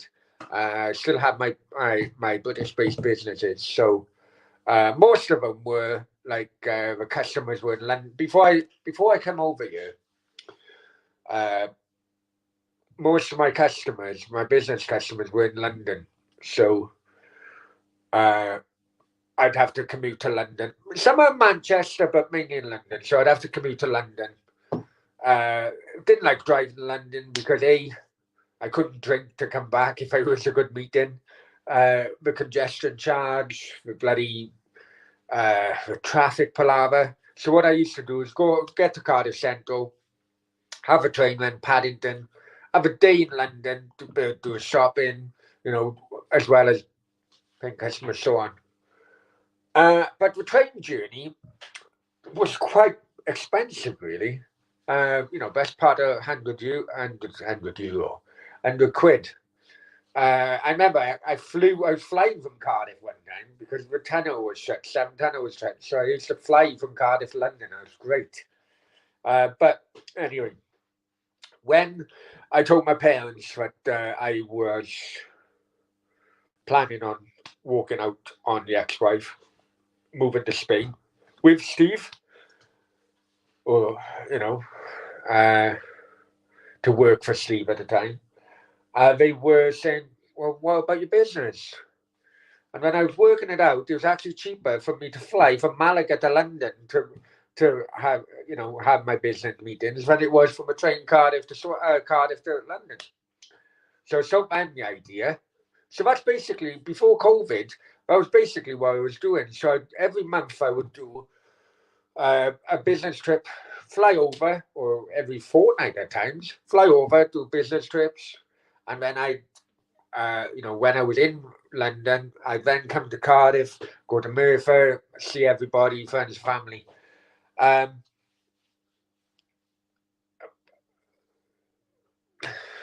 COVID has hit. I see my parents in last September, and I haven't seen anybody since, apart from Skype calls and so on and so forth. So I don't know whether or not, I'm being absolutely honest with you, because it's been so long. Even when I was stance against tan and against red, and I've never gone back since. And my original stance is that I would never go back into Cardiff City again until Vincent Tan leaves the club. I was still having drinks with friends. I would go to the football. I was still having drinks with them outside of the football. Maybe I'd meet them in Cardiff City Centre. We'll have a drink and so on. Blah blah blah. But it's been so long now that I may, and this is only down to COVID and nothing else, that I may be a bit more lenient in my stance about going back into Cardiff. Just basically not to watch a football, but to catch up with people in which I've missed. Catch up with friends who I've missed. And ideally, I'm saying this now, ideally, I'd still want to make that stance that I would not go back into the ground watching Cardiff till Tan leaves. So ideally, I'd love all my old friends who I used to go watch Cardiff with to just all meet up on a Friday night in Cardiff, and we do it that way, so that I can still say I will not go. But you never know. You never know. I mean, if I did go to Cardiff, did go back to Cardiff, I mean, how much shit would I have about doing this channel? But how much will people will laugh and enjoy it as well? Do politics? Oh, no. No, absolutely not. Since I come over here, me and politics, absolute none. Absolute no. Thank you, Billy, but no, honestly. Jack Ward, you just right, okay. Guys, come on. Finn, I'm getting over you eat curry for your breakfast. Oh yeah. Oh, I love curry for breakfast, but you can't beat Chinese balls for breakfast the day after. You buy the Chinese balls, keep them in the fridge till the day after. They're the best. But yeah, that last the Indian was so hot, I only could eat the meat. That, that kept me, that was fine then. The following day, I ate the rice and the curry sauce. Boy, I didn't. I was so full all day. Brilliant. Happy Easter for yesterday. Yeah, happy Easter to everybody and yourself, Jack, for yesterday. Okay, come on. Yeah, happy Easter, happy Easter. Favorite band, Joseph said. Favorite band? I was always an Oasis man myself in the 90s. Always an Oasis man. Yeah, always an Oasis man. Happy Mondays, Stone Roses. You know, but my kind of like loving of bands started with Oasis and then it branched off Happy Mondays, Stone Roses for Jam. But it was basically through my love of Oasis did I have an interest in the other kind of bands which had similar music. Yeah. Never really.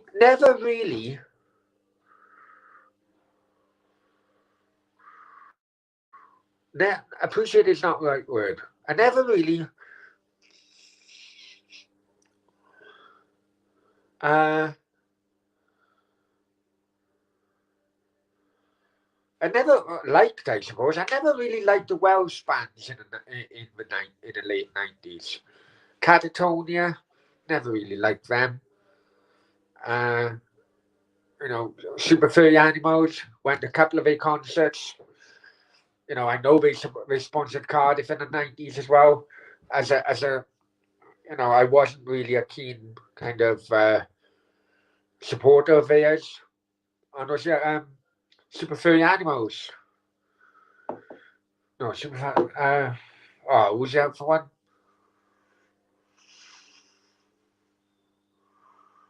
Oh, you know what I mean. The one from Commandment. What are they called now? I can't remember. Well, I'll tell you a little story, though, on about Catatonia. I was working for a security firm in Cardiff many years ago. And if people know Cardiff City, they should know the owner of the security firm. But anyway, Tom Jones was playing in Cardiff, and his team took over the top floor of a Marriott hotel in Cardiff. People know Cardiff, where a Marriott hotel is. So we were like, protecting Tom and his team and so on. And all of a sudden, Kes Matthews from Catatonia.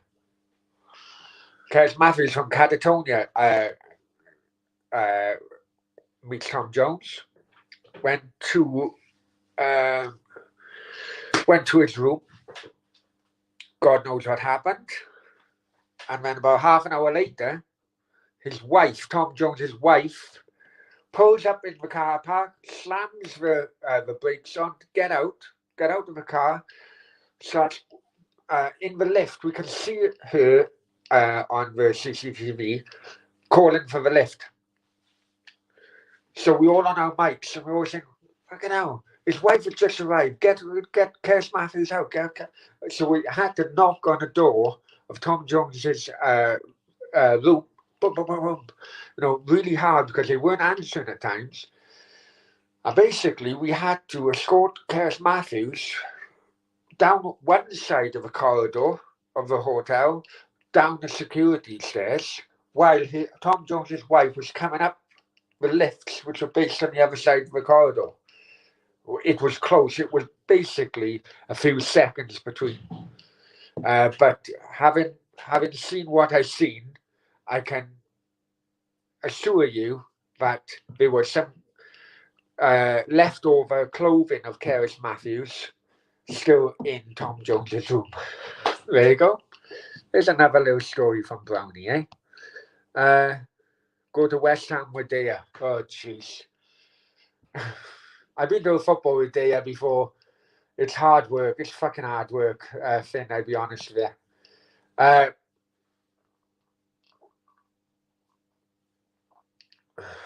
You mad, you are, Cardiff City fan at times. If Tan said tomorrow that he was... Amelia, if Tan said tomorrow that he was planning on staying until he died, would you still not go? Yeah. Yeah. If you give me the choice right now, I would still not go. No. Maybe it is me being a twat. Maybe it's me being a twat, but I would feel, and I said, God's honest truth, and this is why I'm a bit dubious about, I'm sure I can arrange people to meet me in Cardiff on a Friday and we have a drink, rather basically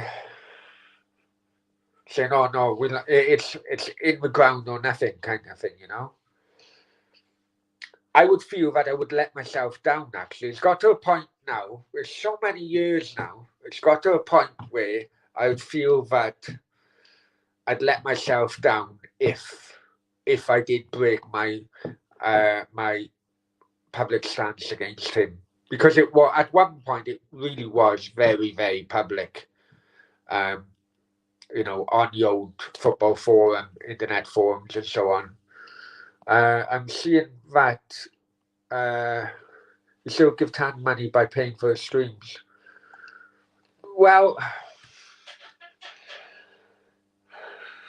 you're probably right there, Finn. If I'm honest with you, I didn't really think. You know what? I didn't really think of it like that. But you know what? Yeah, on that point, Cardiff City TV never responded to my tweet from Friday. I still want to tweet because I'm still gonna chase up a refund for this month, because that is it. And that actually follows from Twins thing. That is it. I am not uh, um, subscribing to Cardiff City TV anymore. That's it. That's enough. That's enough. There you go, people.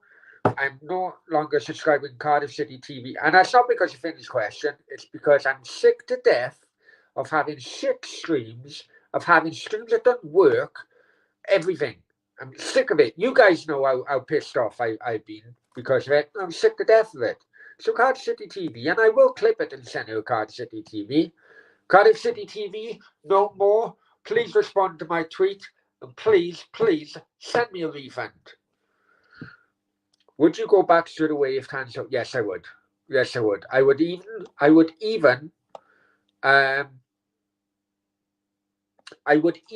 Finn, ensure that I would go back to the first game, which in which Cardiff would play under a new owner. I would drive there from Marbella if that was the case. That is how determined I would be. Right, Finn then comes back. Can you ever get a word in talking to Dick? No, absolutely not. Try working for him. That's why I didn't start. That's why I stopped working for him. Do my head in. Absolutely do my head in. I can't sit man. I'm running out of things to say. I'm running out of things to say anyway. But you know what? It's great having you guys in. Saeed, fucking hell, Saeed. Hope you're well, my friend. Guys, if you haven't subscribed to Saeed TV, please do. It's been a long time since I've. Look! While I'm doing this show, I've just had notification Cardiff City highlights on their thing as well. Guys, Saeed TV. There you go. Check him out. Man United fan, obviously. Man United channel. But I'm sure that you would have a laugh. Hi, Saeed. Hope you're well. Hope you're keeping safe. And, spreading love during this pandemic. Amelia.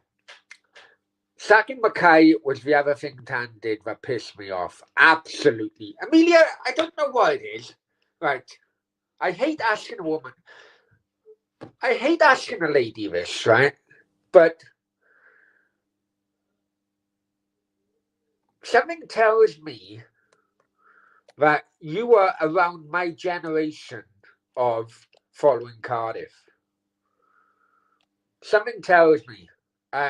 I don't know whether or not that is right, but we have got very. I'm very surprised that I don't know you, or you may know me. I know some of the guys remember me from following Cardiff, but I don't know. Anyway, we'll go on. He was probably our best manager all time. Bang on. Very, very. I loved him. Loved him.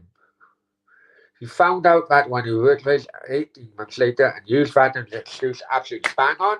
The claims of racism never materialized. The kind of rubbish, absolute rubbish, absolute rubbish, rubbish, rubbish. And that, my friends, is exactly how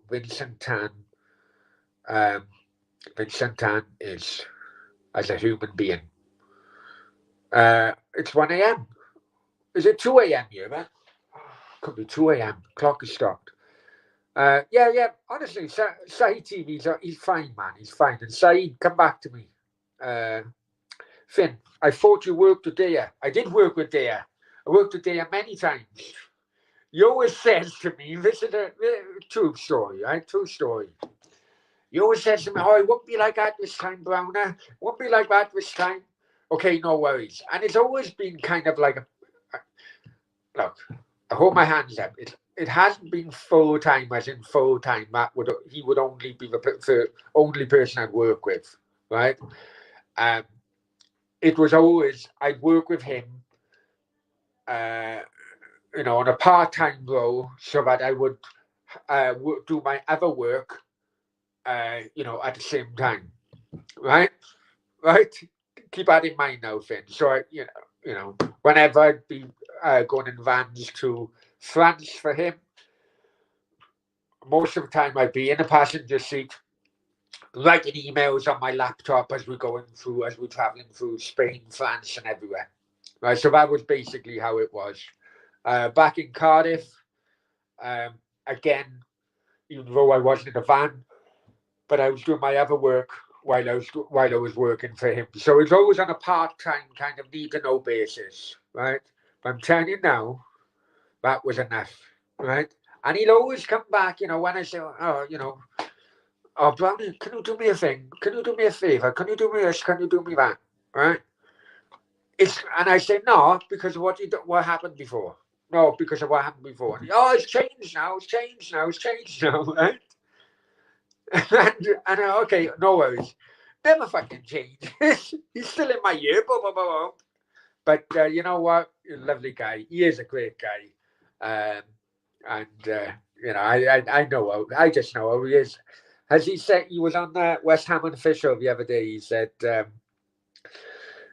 sometimes me and Browner do fall out, but friends being friends, good friends being good friends, is that even after you fall out, after a few weeks, few months, one of you will end up picking a phone up. And he's absolutely right. He's absolutely right. How many awards and major trophies has Marlon Pack won? 0. That's not just.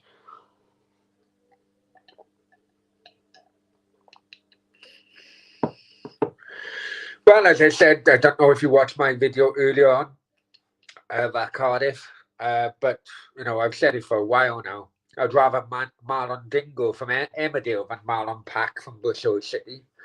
What was the lowest league? What was the lowest league Cardiff been in? What was the lowest league Cardiff have been in? I remember following Cardiff 91st out of 92 league clubs. So that was in the old Division 4. Bloody hell, that was hard work. That was hard work. So, yeah, but the league structure has changed over the decades. It used to be like Division 3 South and Division 3 North. in my lifetime, I remember them being 91st out of 92. And that was fucking hard work, I'll be honest, absolutely hard work. But you know what? 2,500 fans back in Rochdale in Indian Park, right, were louder than 20, 30,000 fans these days at Cardiff City Stadium. And that's the truth. That is actually the truth. Thing comes back. I don't mind people who went to games, but people actually bought. Yeah. Well, I told you about the Salmon issue, didn't I? I've told you about the Salmon issue.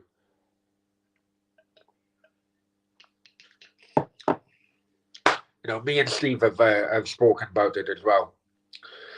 Basically, people showed this show to buy the red to help Salmon get his money. It was what he was owed from a club, because Salmon thought, okay, if Cardiff turn red, get promoted to the Premier League, that Premier League money would then, some of the Premier League money would pay my debts off, so I will finally get paid. So he was pushing fan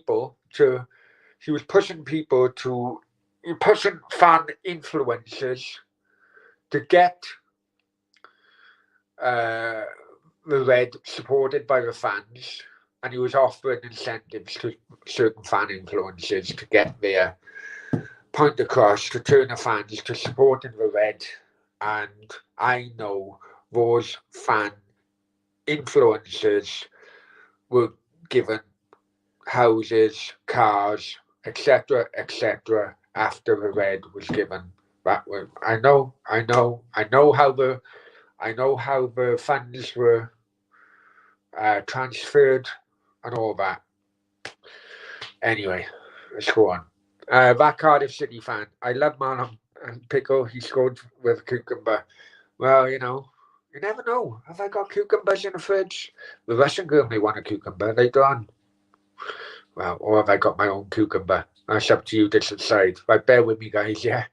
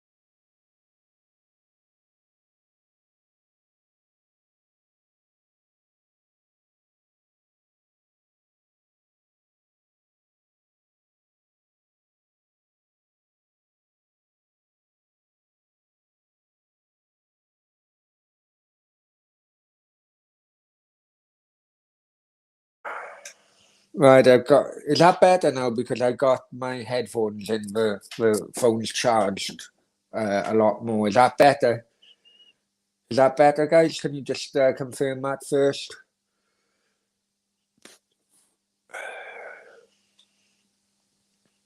Can you confirm that if you can hear me? Bloody hell, 2 hours, man. I don't know. What time is it? 2:10. Jesus. You good? Okay.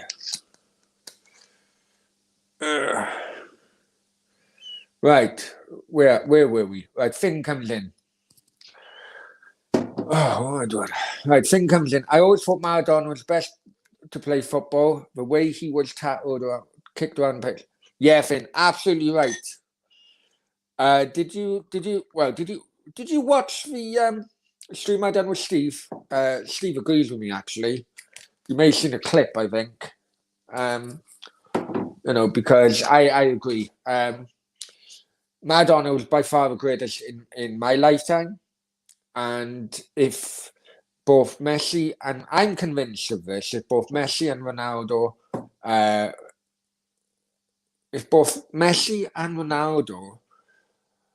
had to put up with kind of the tackling and fouling in which Maradona had to put, I'm convinced neither Messi or Ronaldo would have reached 30 years of age in their footballing career.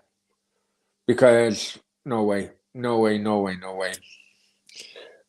Please, if you haven't, my chat with Steve regarding that, I think was last Friday, wasn't it? Or Friday before. But yeah. And also as well, I haven't had anyone mention about that Romanian football show I done with Philippe. Have anyone watched that? Even if you haven't watched that, just say no. But I'm looking for a bit of feedback on that. I'm going to write with my eyes closed. You're a joker, man. All right, Amelia. Tan seems like a psychopath. Red is lucky. Shane Long will be crap because he was born in the year of a dog. I know. It used to be mad, wouldn't it? I always thought, look, if Tan wanted to buy, liked Red so much, why didn't he buy Bristol City or bloody Wrexham or somewhere? Brownie, you have to do a fan. You know what? Finn, I'm not kidding you, mate. I did go on a few fan quizzes, in the past when I first started doing this channel. People did ask me to go on different quizzes, and I hate quizzes. I really get bored of them. I really do get bored of them, honestly. I did do a quiz, though, right at the start of sorting this. I did do a quiz right at the start of this channel. I say right at the start, it probably wasn't, but when the stream started coming, I did do a quiz, I just hate quizzes, if I'm honest with you. And I think it's a generation thing regarding quizzes, right? Yeah, I just hate quizzes. I do. But if you want me to do a quiz, if people want me to do a quiz, I'll do a quiz. Just fucking hate them. Anyway, yeah, I saw the stream with Dare. Okay, yeah. Dare's a great guy. He is a great guy. What the hell is happening on that stream on Friday? I don't know. We did try and get the guy in. The guy would, I'll be honest with you, the guy who, Dare was accusing of trolling. He was basically trolling a private chat, and he was being a fucking pain in the arse. And his bots were being a pain in the arse in the chat as well, I'm sure. Brownie and Dare live makes me think of chocolate and summer because from the I know. I know. Dare said, "Oh, we need to do photos." I said, "No. we need to attract people, not distract people." Yeah. Finn. I thought the Romanian football show is great. Definitely do. Oh, thank you, Finn. Guys, even if you haven't watched it, please, can you watch it? I know it may not be to your kind of interest or whatever, but thank you, Finn. Listen, even if you didn't like it, tell me you didn't like it, and then because I have got a Russian-based journalist coming up, I think next week, where we're going to talk about Russian football and so on and so forth. But if there's any, please, guys, I would not be offended if it is any shows or any bits of shows in which you don't like. Please tell me so that I can improve them on shows going further. I would not, I would not take offence. I promise you that. But thanks, Finn. You aren't the only one, Finn. A few people have said that. A few people have said that they enjoyed it. I enjoyed it as well, because we were going to. We were going into areas in which I just love. I loved football in the 80s, loved football in the 90s. That's where my golden years were as a football fan, really. Right. Cardiff City fan, easy now, Tiger. Easy now. Right. I know that you're spamming and that. Please don't spam, yeah? Let's just chill out. We all had a bad result today, so let's just chill out, yeah, brother?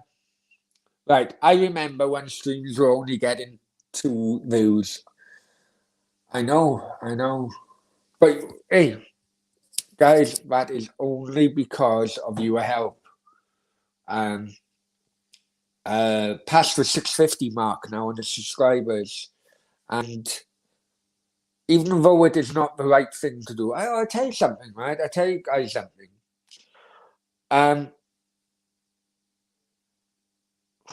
Now I'm getting to a more subscriber mark.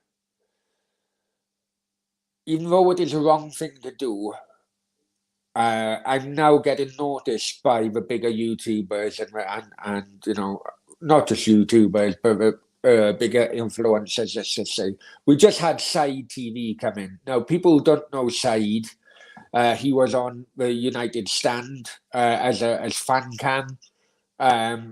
Very, very well known within the football kind of YouTube industry. Some people may not get on with him, some people do, but have like a Said come in.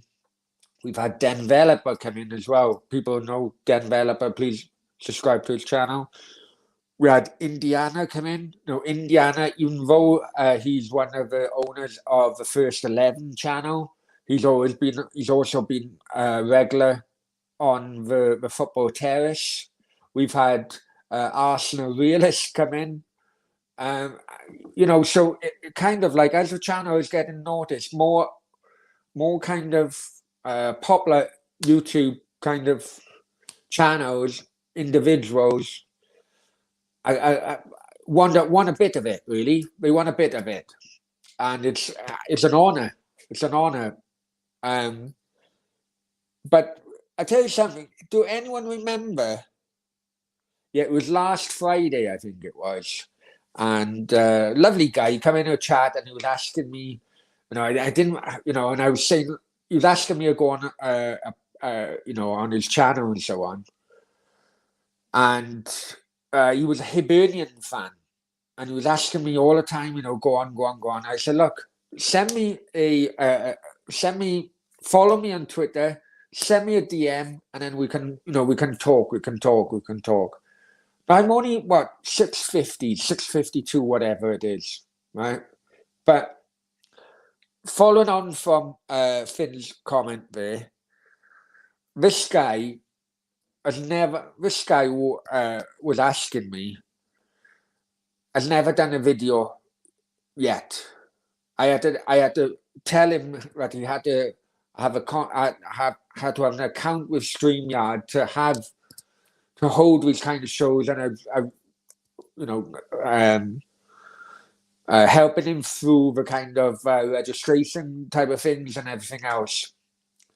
Now, I know many other YouTubers, even people who got less subscribers than me, right? But I know many other YouTubers would have looked at his account, seen that he had no videos, no previous videos, no subscribers, I don't think. We may have 1 or 2, and just would have told him basically where to go. Right? they would have told him, they wouldn't have told him maybe directly. They would have come up next to, so I'm busy, sorry, come back with me next month, and then next month would come back next month, so on and so forth. Because I've been there, guys. But I'm determined to do this podcast with this individual, because everyone has to start somewhere. And I've been in that position, as Finn says, it wasn't that long ago. I'm only on 650 subs, but I remember when it was shitty numbers, and wherever this channel or wherever I end up on YouTube, whether it stay the same or I get more popular or whatever, what I don't want to do, and I mean this now, guys, and please, if you feel that I'm kind of pulling away from this kind of mindset of mine, what I don't want to do is forget my roots. Forget my roots of being a wannabe YouTuber who struggled to get anyone watching, who struggled to get anyone wanting to come on a live stream or anything like that. So that is the reason why I'm willing to help this guy come on his YouTube channel, be the first one, because we've all been there. So thank you, Finn. Thank you, everybody, for the support. But now, even like a Benjamin Bloom, we can all get there, but it's really real loads of hard work, I can assure you. And as an example today, with regarding Mrs. Putin putting her foot down, I could not do a watch along. I hope that is a clear example just of how much time someone behind the camera has to actually take out of a normal life just to try and build a YouTube channel. Anyway,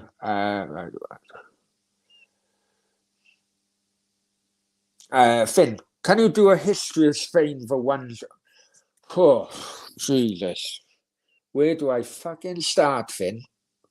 I'd love, what, I will actually, but there's a few shows I want to do, but with COVID restrictions at the moment, I can't really. There's some shows in which I want to do, but I want to go to, the places. One show, I'll be honest with you, I think you guys may have heard me say this before, but basically, I am determined. I'm not going to invest any more money into this channel until I reach 1,000, until I get the monetization of advertising income. The moment I do that, I want to buy a drone. When I buy the drone, I want to go to all different stadiums around Spain and around Gibraltar, even Portugal. Portugal border is only 3 hours away or so on. And then I would send a drone up, and then we'll go around above the stadium, and then I would narrate it, a history about the stadium, who plays there, blah, blah, blah, blah, blah. I want to do a show like that per week. History of Spain would be very, very hard to do if I can't get around Spain. And at the moment, we can't really go outside of our region. My region is Andalusia. So because a lot of it, like Spanish War and so on, which I love. I love modern history, I suppose. But a lot of it, the battlefields were up in northern Spain. So that I'd love to. I will do it, but I won't be able to do that properly until COVID restrictions are all gone. But definitely. Amelia, What's she say? The year of the dogs. Oh, here we go. She's not letting us go, is she, with Vincent Tan? Right. The year of the dogs has actually proven lucky for Shane Long because you had a cracking player. Well, yeah. I mean, just look at his bank account, I suppose. Although you judge a player on a performance on pitch, not the year they were born exactly. I mean, how many other players would have been born in the year of a dog? Because it cycles over and over and over again, doesn't it?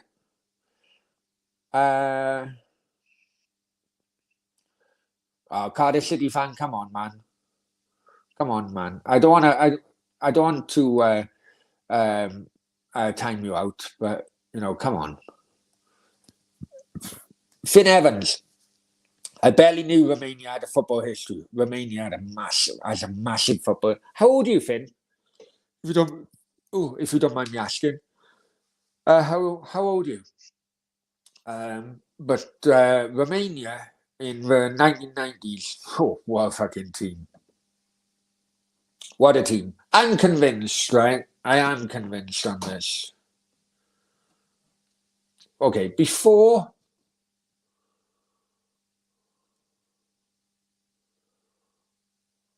Okay, it's a fact for you, right? Hang on, I need to double check now in my mind. 90, 94.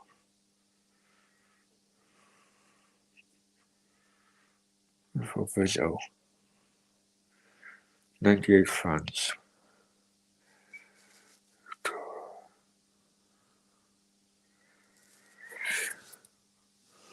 What a 2002 Brazil, wasn't it?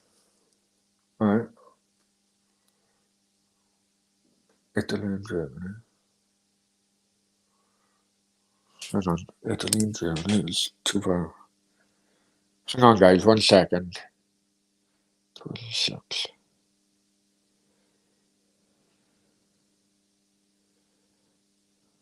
Right. Okay. Before 2002 World Cup, which was based in Japan and Korea, which, bear in mind, was the first World Cup to be hosted outside of Europe and the Americas, okay? Because it used to be, before then, it used to be it'll go to Europe and it'll go to the Americas. It'll go to Europe and Americas, right? And yeah, I'm convinced of it. When it used to be held in Europe and Americas, a European team would never win a World Cup in the Americas. And the Americas, a team within the Americas, as in North America, South America, Central America, would never win the World Cup in Europe. It then went to Japan and Korea, so you can't really discard that. And then it went. No, hang on. So he went to America. Then he went 94. So I'm convinced that Romanian team, right, 1994, and all Bulgarian team who went to the semi-finals as well. Well, Romania went out in quarters. Bulgaria went out in the semi-finals. I am convinced if that American World Cup was based in Europe with the climatization and so on, the quality on those teams, I think, would have won the World Cup. That is how good they were. That is how good they were. I don't think that Brazilian team who won the World Cup in America in 94, I think had that World Cup been hosted in Europe, I don't think that Brazilian team would have won that World Cup. That's my opinion. We'll never know. We'll never know. When is it ending? I don't want it to end. So a fucking joke. I can't. 15. 15! Jesus. I know a lot of history from my age, but no. Oh, right, okay. Well, I'm glad you enjoyed it, Finn. I'm glad you enjoyed it. Yeah, it's a shame, really. it's a shame that it's a shame that you know it is what it is really. You know, you know, some of the smaller nations you had that Steaua Bucharest team in '86 won. You know what is now called the Champions League. It was an awful final. Don't get me wrong, but you know, even in nowadays, would you ever think a Romanian team would win a Champions League? You know, Finn, I think rating the stadiums would be a great video. Yeah, but I tell you what, I have done two stadium videos, Finn. Right, I have done that. Um, I have done that. I've done. I'm probably talking about 4 months ago now. Which is um, it's a UK video of stadium improvements or new stadiums, and it's a Spanish one as well. People don't know the Spanish. Basically, Spanish stadium improvements happened before the 1982 World Cup, and many of the stadia here don't have a roof on. You know, I know one side of the new camp is one of them. The I think Valencia's. Many of the stadiums don't have roofs on, and there's a theory that there's a link between football fans who go to stadiums with no links, with no roofs on, and um, skin cancer because the sun is so hot. So that's the theory. So because of that now, many of the stadiums over here in Spain are going to be transformed and you're going to have a roof on. New Camp is going to have a roof on it all along. And I know it has on one side, but it does on all along. Other stadiums are either going to be knocked down and a new stadium built, or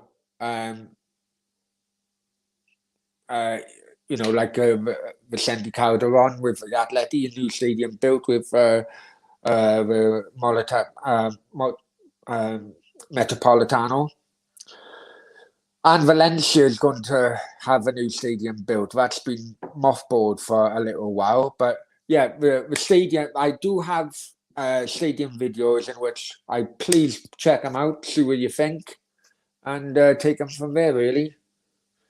Yeah, I've been here more than that. I've been here 2.5 hours now, but I love it. Amelia, only thing when the fans are allowed backstage, reviews, your reviews will probably go down because half the people watch the live stream. You know what, Amelia? I'm not kidding you. I never thought of it like that. I never thought of it like that. You know, it'd be interesting to see how much the views of the video this evening and tonight, tonight's live chat will be. That'll be interesting simply because I didn't do a watch along. So how do they compare against watch alongs? But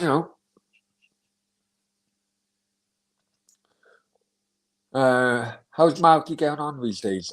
I don't know if I'm honest with you. Malky's dad is high up in the Scottish FA, and that's why Malky did have a Scottish job at one point on a temporary basis. I don't know actually.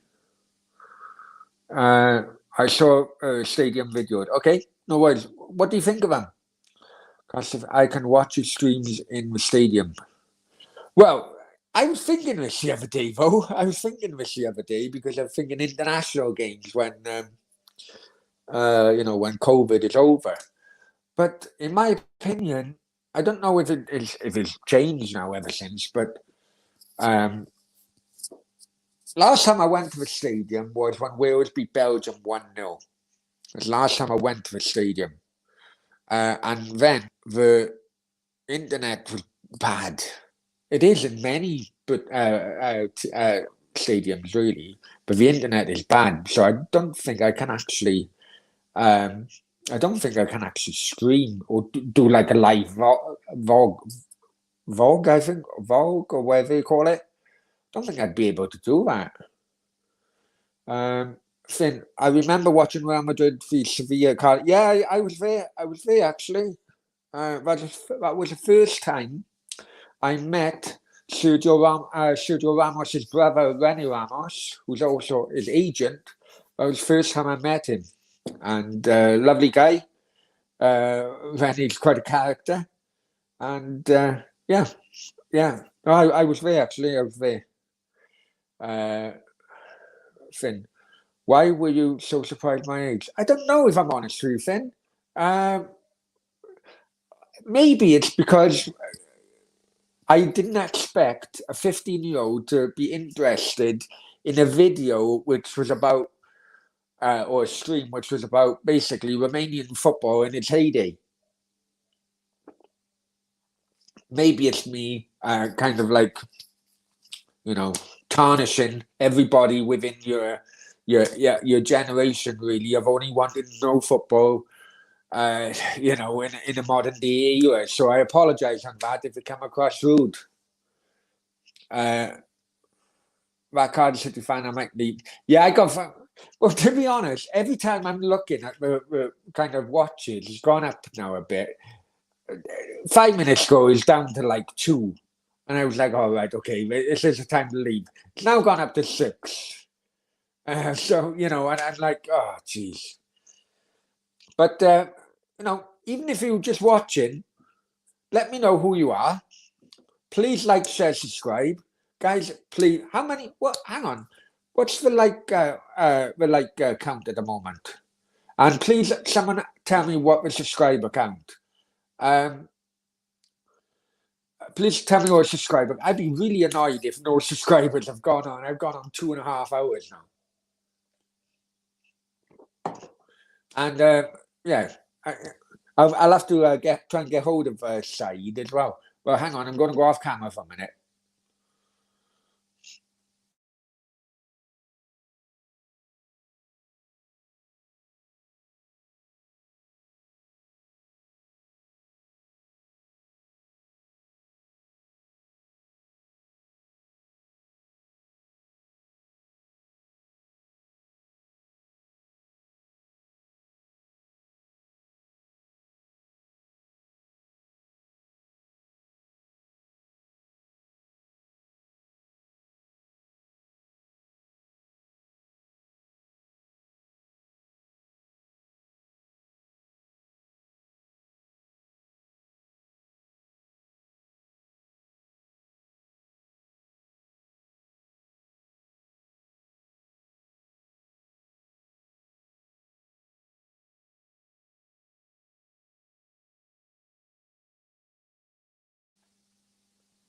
Okay, guys, sorry, I'm back.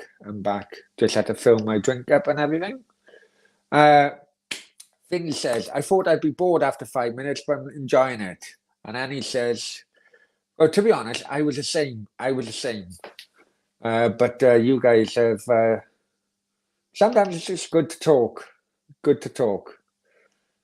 And Finn, I think it was me not knowing Romania had football history. We had massive football history.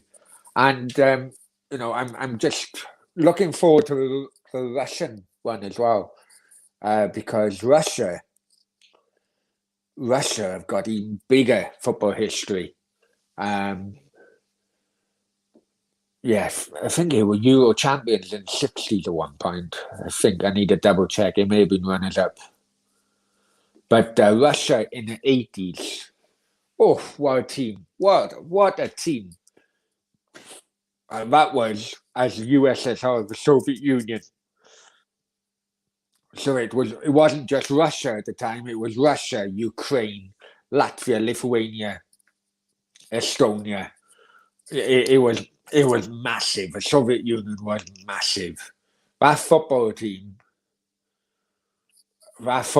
should have went further in Mexico '86. Denmark were very were some people's tips to win '86, where you had Laudrup and Elkjaer up front, right? So they in the group then with Germany. Denmark beat Germany 2-0 in the group, top the group. But people thinking, fucking hell, this is a team. They played Russia then in the second round. Russia beat them 4-3, I think it was. Yeah, it was 4-3. Right? So people said, oh, geez, Russia. And then in the quarterfinals, Belgium beat them 5-4 in the quarterfinals. And Belgium then in the semi-finals lost to Argentina. But that Russian team then went to the Euros for 2 years later in '88 when it was in Germany. They beat the eventual winners Holland in the group 1-0. They beat Holland in the group 1-0 to finish top of the group. Then they meet them again in the final and they lose 2-0. Hullet with a bullet header, Van Basten with a fantastic volley. But that 1980s Russian team should easily have gone further. Absolutely. Anyway. Finn, what day is the Russian show? Not this week, next week. Next Thursday. I met Real Madrid. I've always said that, Real Madrid. Mino Raiola is playing games at the moment and trying to create an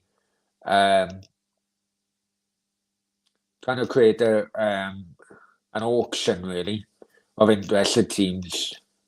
I think it's falling apart, if I'm honest with you. I think it's falling apart. Because now Man City have come out and saying they're not going to spend much and so on and so forth. So I think it's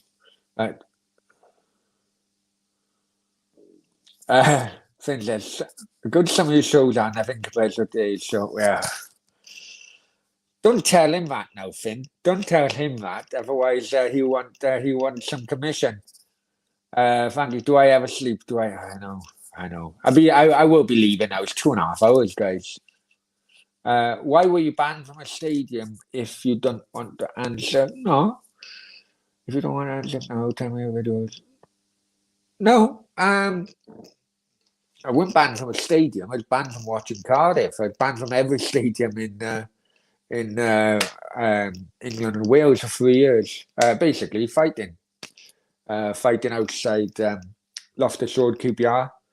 But the police had already generated a case against me over the months and years before.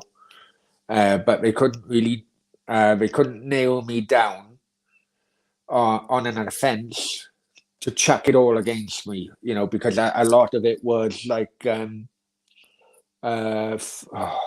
can't remember fucking naming it now. Basically, through kind of association, I think that's what you would call it. So basically, they created a 2-3 year kind of case, but they couldn't have me for.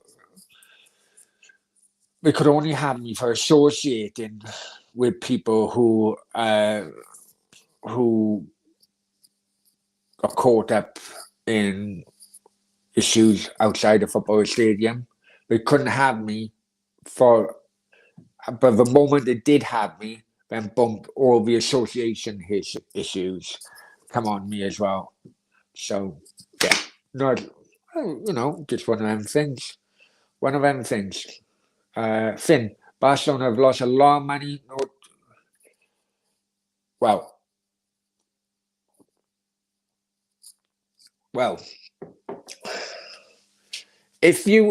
I've done a video, Finn, about Barcelona's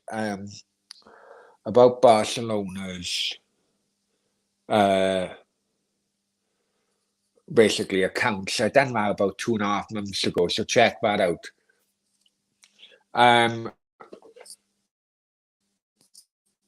right. Many people would not know what is going on with Real Madrid and Barcelona at this moment in time. The right. People in the UK just think Real Madrid and Barcelona are bankrupt, they can't spend any money, blah, blah, blah. They're going bankrupt, and all that. That actually is not the case. With I need to word this properly now. With the Saudis not being able to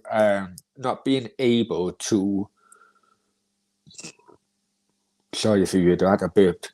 Right, with Saudis not being able to buy Newcastle at the moment, both Barcelona and Real Madrid want to jump in on that possibility of Saudi income or Saudi investment. Now, both of those clubs have got a structure where you have to vote in a president kind of thing, right? So the fan, kind of like, people in the UK would call it fan-owned. I wouldn't really call it fan-owned, but the structure is there where a president gets voted in. Now, Real Madrid have secured funding from Saudi Arabia to sponsor their women's football team for 150 million. So that's 150 million gone. There's also, and I have done this on a video a couple of, a few weeks ago. There's also other avenues in which Real Madrid and Saudi Arabia in talks with, so that it would be like a Real Madrid theme park in Saudi Arabia and stuff like that. Basically, so they can get funds coming in. The amount of fund, if you add it all together, plus Real Madrid also going to America for funding as well with some investors in America. If you add all the funds together, the bottom line is Florentino Perez has got a presidential election at the end of the year. The candidates were confirmed a few days ago. Now, at this moment in time, because of how weak the Real Madrid team is at the moment, the polls are suggesting that Perez would not be re-elected at the end of the year. So the Perez campaign is of a mindset, okay, we have got one big transfer window to come in the summer. Okay? Do we go all out and bring in players, or do we risk it and hope that we can get, or hope that the voters would still get her in? Right? Now, the campaign is all over the place at the moment, absolutely all over the place. But I'm telling you something, and it would not surprise me on this, right? Because they're getting this money coming from Saudi Arabia, possibly from America as well. You've heard it from me first, and I've done a video on it before, a few weeks ago, because I looked into it more. It would not surprise me. It would not surprise me if Real Madrid in the summer go all out and buy both Haaland and Mbappe to save Florentino Perez's ass in the campaign.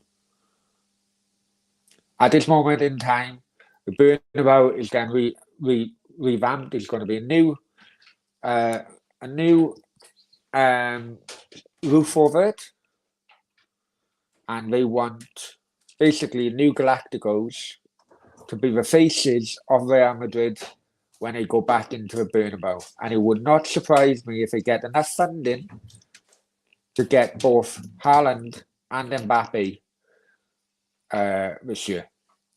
You heard it from me first. If you don't believe me, so be it.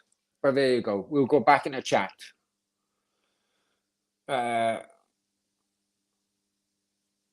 When you're next going live, God knows, mate, if I'm honest with you. Yeah, I did. James, hi, mate. Hope you're well. Yes, you did, yeah. Okay, have you seen Jack Charlton's new document? No, I haven't actually. I haven't actually. I've heard a lot about it. And a lot of it would ring. A lot of it would ring home with me. Um, because with dementia. Yeah, I'm definitely going to watch it. That's definitely on my playlist. I'm telling you. Sheffield Wednesday won 5-0, Randy. Hope you're well, my friend. Anyway,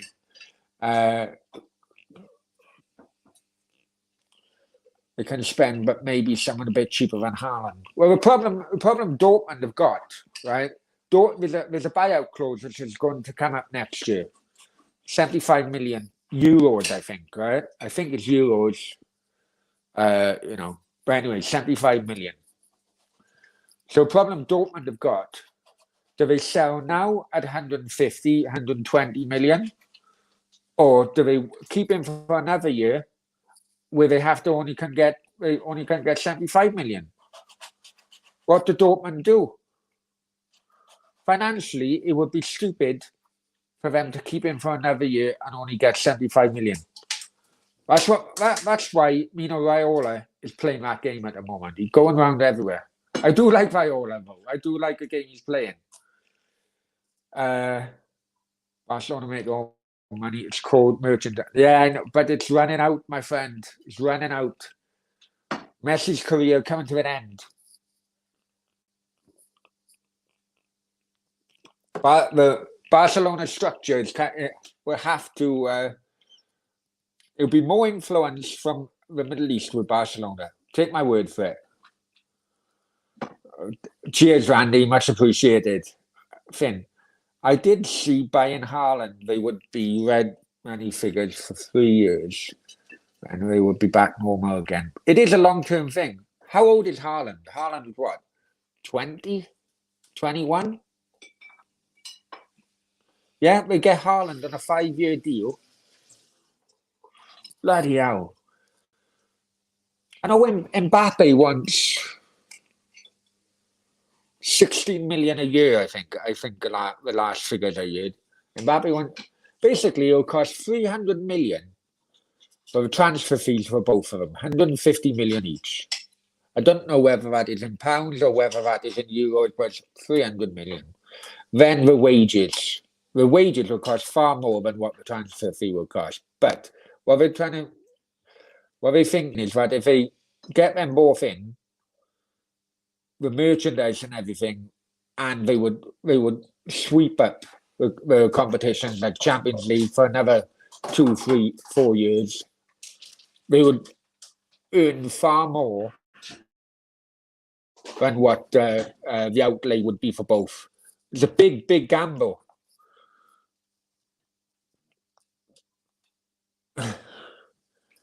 Where am I from? Live in Marbella. Where am I from? But back home, Cardiff or Penarth or Merthyr, that area anyway. Or depends how old you want me to go back, really. How many years you want me to go back. Amelia, Dortmund have said they have no intention of selling Haaland. Dortmund would say that. But realistically, Amelia, Dortmund are in no position at the moment for them to be in any demands. After COVID, they've been hit financially in a big, big way. But this is a situation they find themselves in, and this is why Man United didn't go in for Haaland when he went to Dortmund. Is because Mino Raiola wanted this clause in there. He wanted a 75 million buyout clause in his contract, and that's why Man United didn't go for him. So Dortmund went for him, and now that buyout clause is running out. Has got 12 months left. So Dortmund have got a situation now. Do they take 150 million now or 120 million now? Or are they forced to take 75 million next year?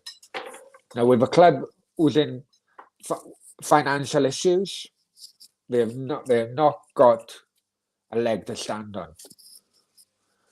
Randy says, I hope Liverpool beat Real Madrid? I don't. It'd be a good game, though. It'd be a good game, I'll be honest with you.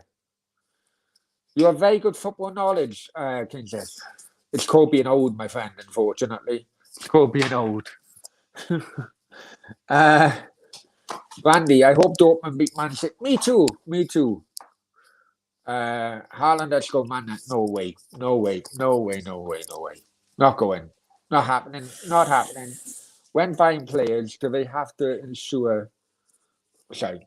When buying players, do they have to insure in case of accidents? Insurance normally comes with it.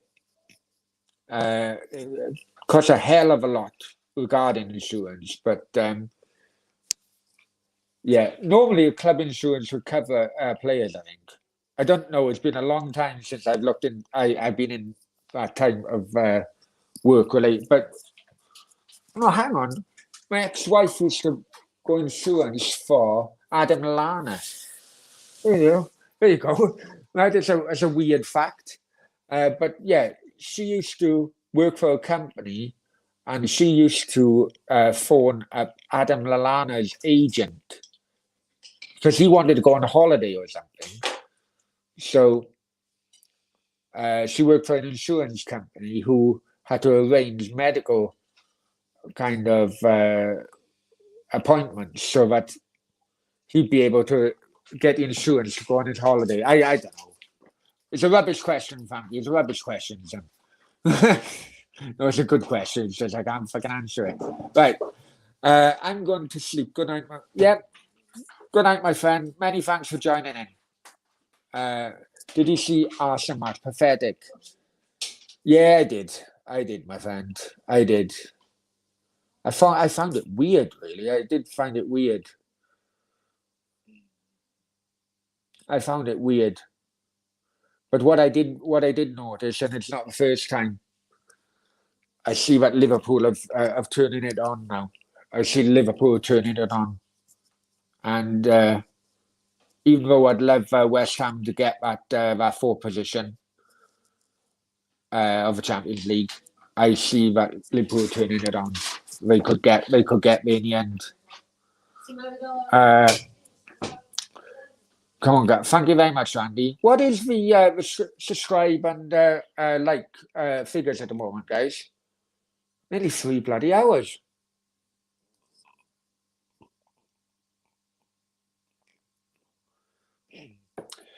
Finn, it would have been more sensible to let Messi go.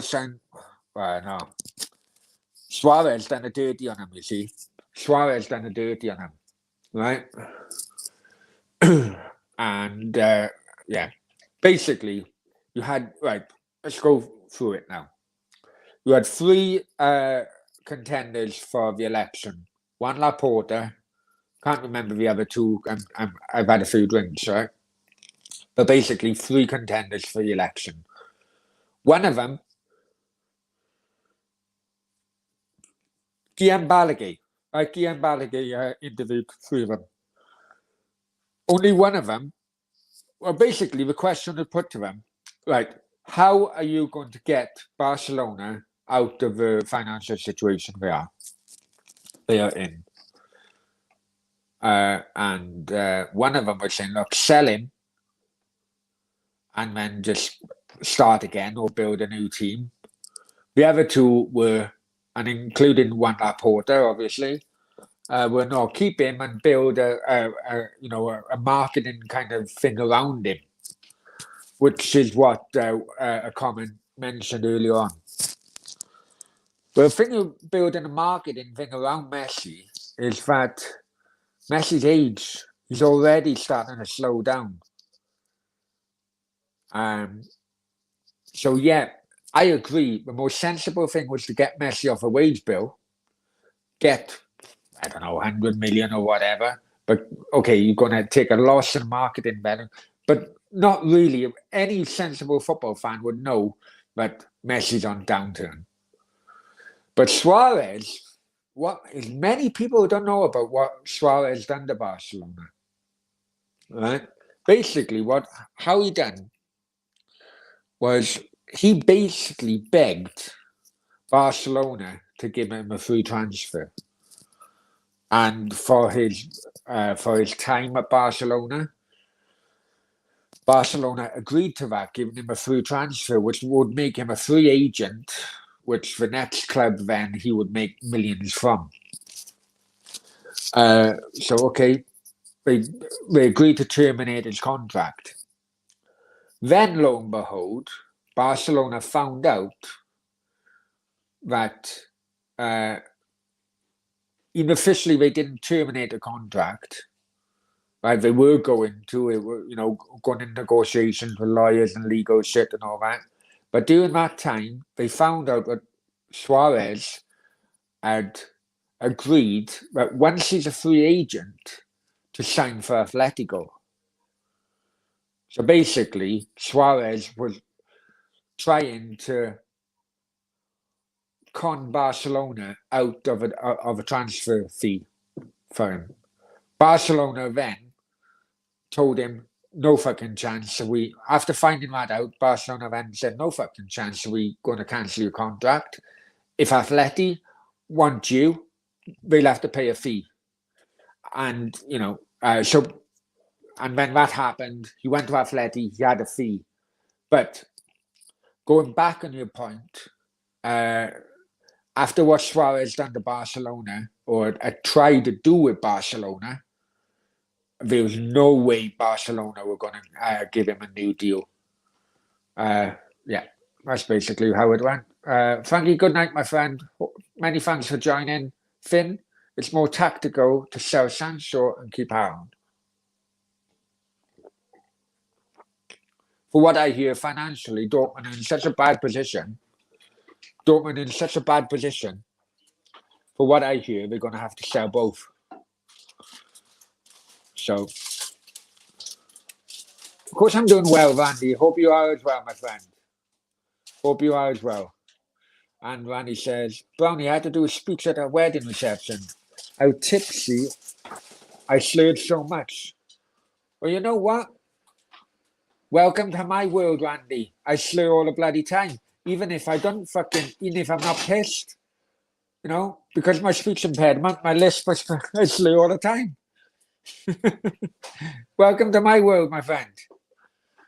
Right, hang on. At least people laughed.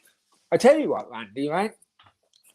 And this is a wedding reception I went to Liverpool years ago, right? And it wasn't my wedding reception, but I tell you something, yeah? Right? And this is God's gospel truth. The best man stood up to do a speech, right? And his line, right? The best man stood up to do a speech. He said, I prepared the speech last night. He said, I put lines down. He said, the only thing is, the groom fucking sniffed them the night before. Everyone's like, fucking hell. They laughed, but yeah, there's been some awkward kind of speeches and weddings. But I'm glad you enjoyed it, Randy. Really glad you enjoyed it. And you know what, Randy? And I haven't ignored it or anything.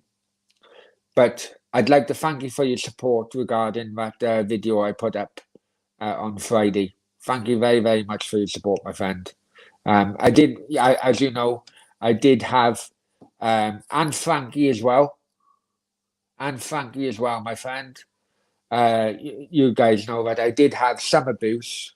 Not all is actually seen in public. I did have a few direct messages, which, and I've lost friendships, I think, with a couple of people within my YouTube group. But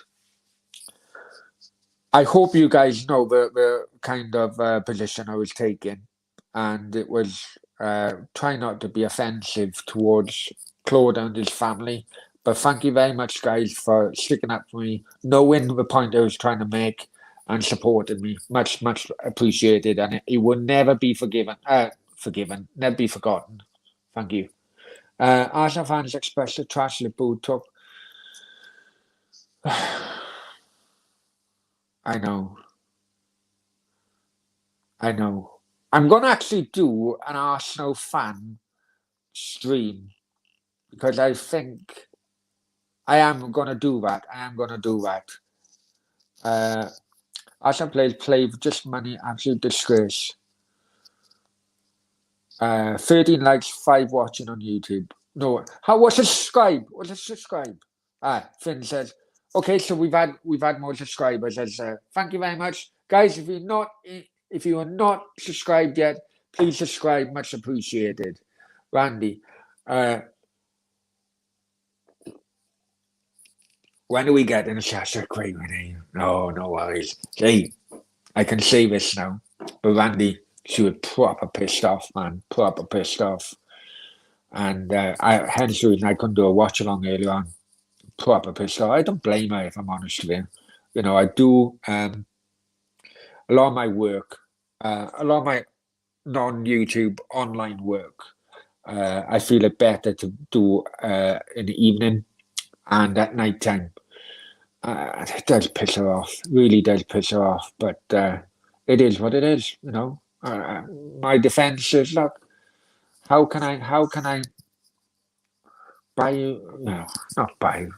How can I make you happy if I got no money? I can only work. I can only got money if I work. Randy Van says, "Come on, guys, we need a." Oh, I'd love, and you know what?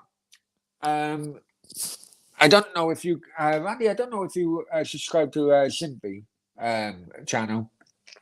He made Simpy is one of my first YouTube mates. Really, he made 1,000 subscribers. Sorry, he made 1,000 subscribers a few days ago. And on Twitter, he was appealing for someone with graphics, help with new graphics and all that bit of. And so I followed that tweet and I started talking to a graphic designer. And I know it's a sales pitch, don't get me wrong, but some of the things and some of the kind of like examples in which they were showing me, I was like, wow. You know, I'd love this on my channel. I'd love that on my channel. But I really, maybe call me old-fashioned, call me stubborn or whatever, but I really don't want to spend any more money apart from my time on this channel until I get to that 1,000 mark. I just don't think it would be fair on my bank manager, it'd be fair on anyone else. Get me to that 1,000 mark, and I tell you what, this channel will go through the roof.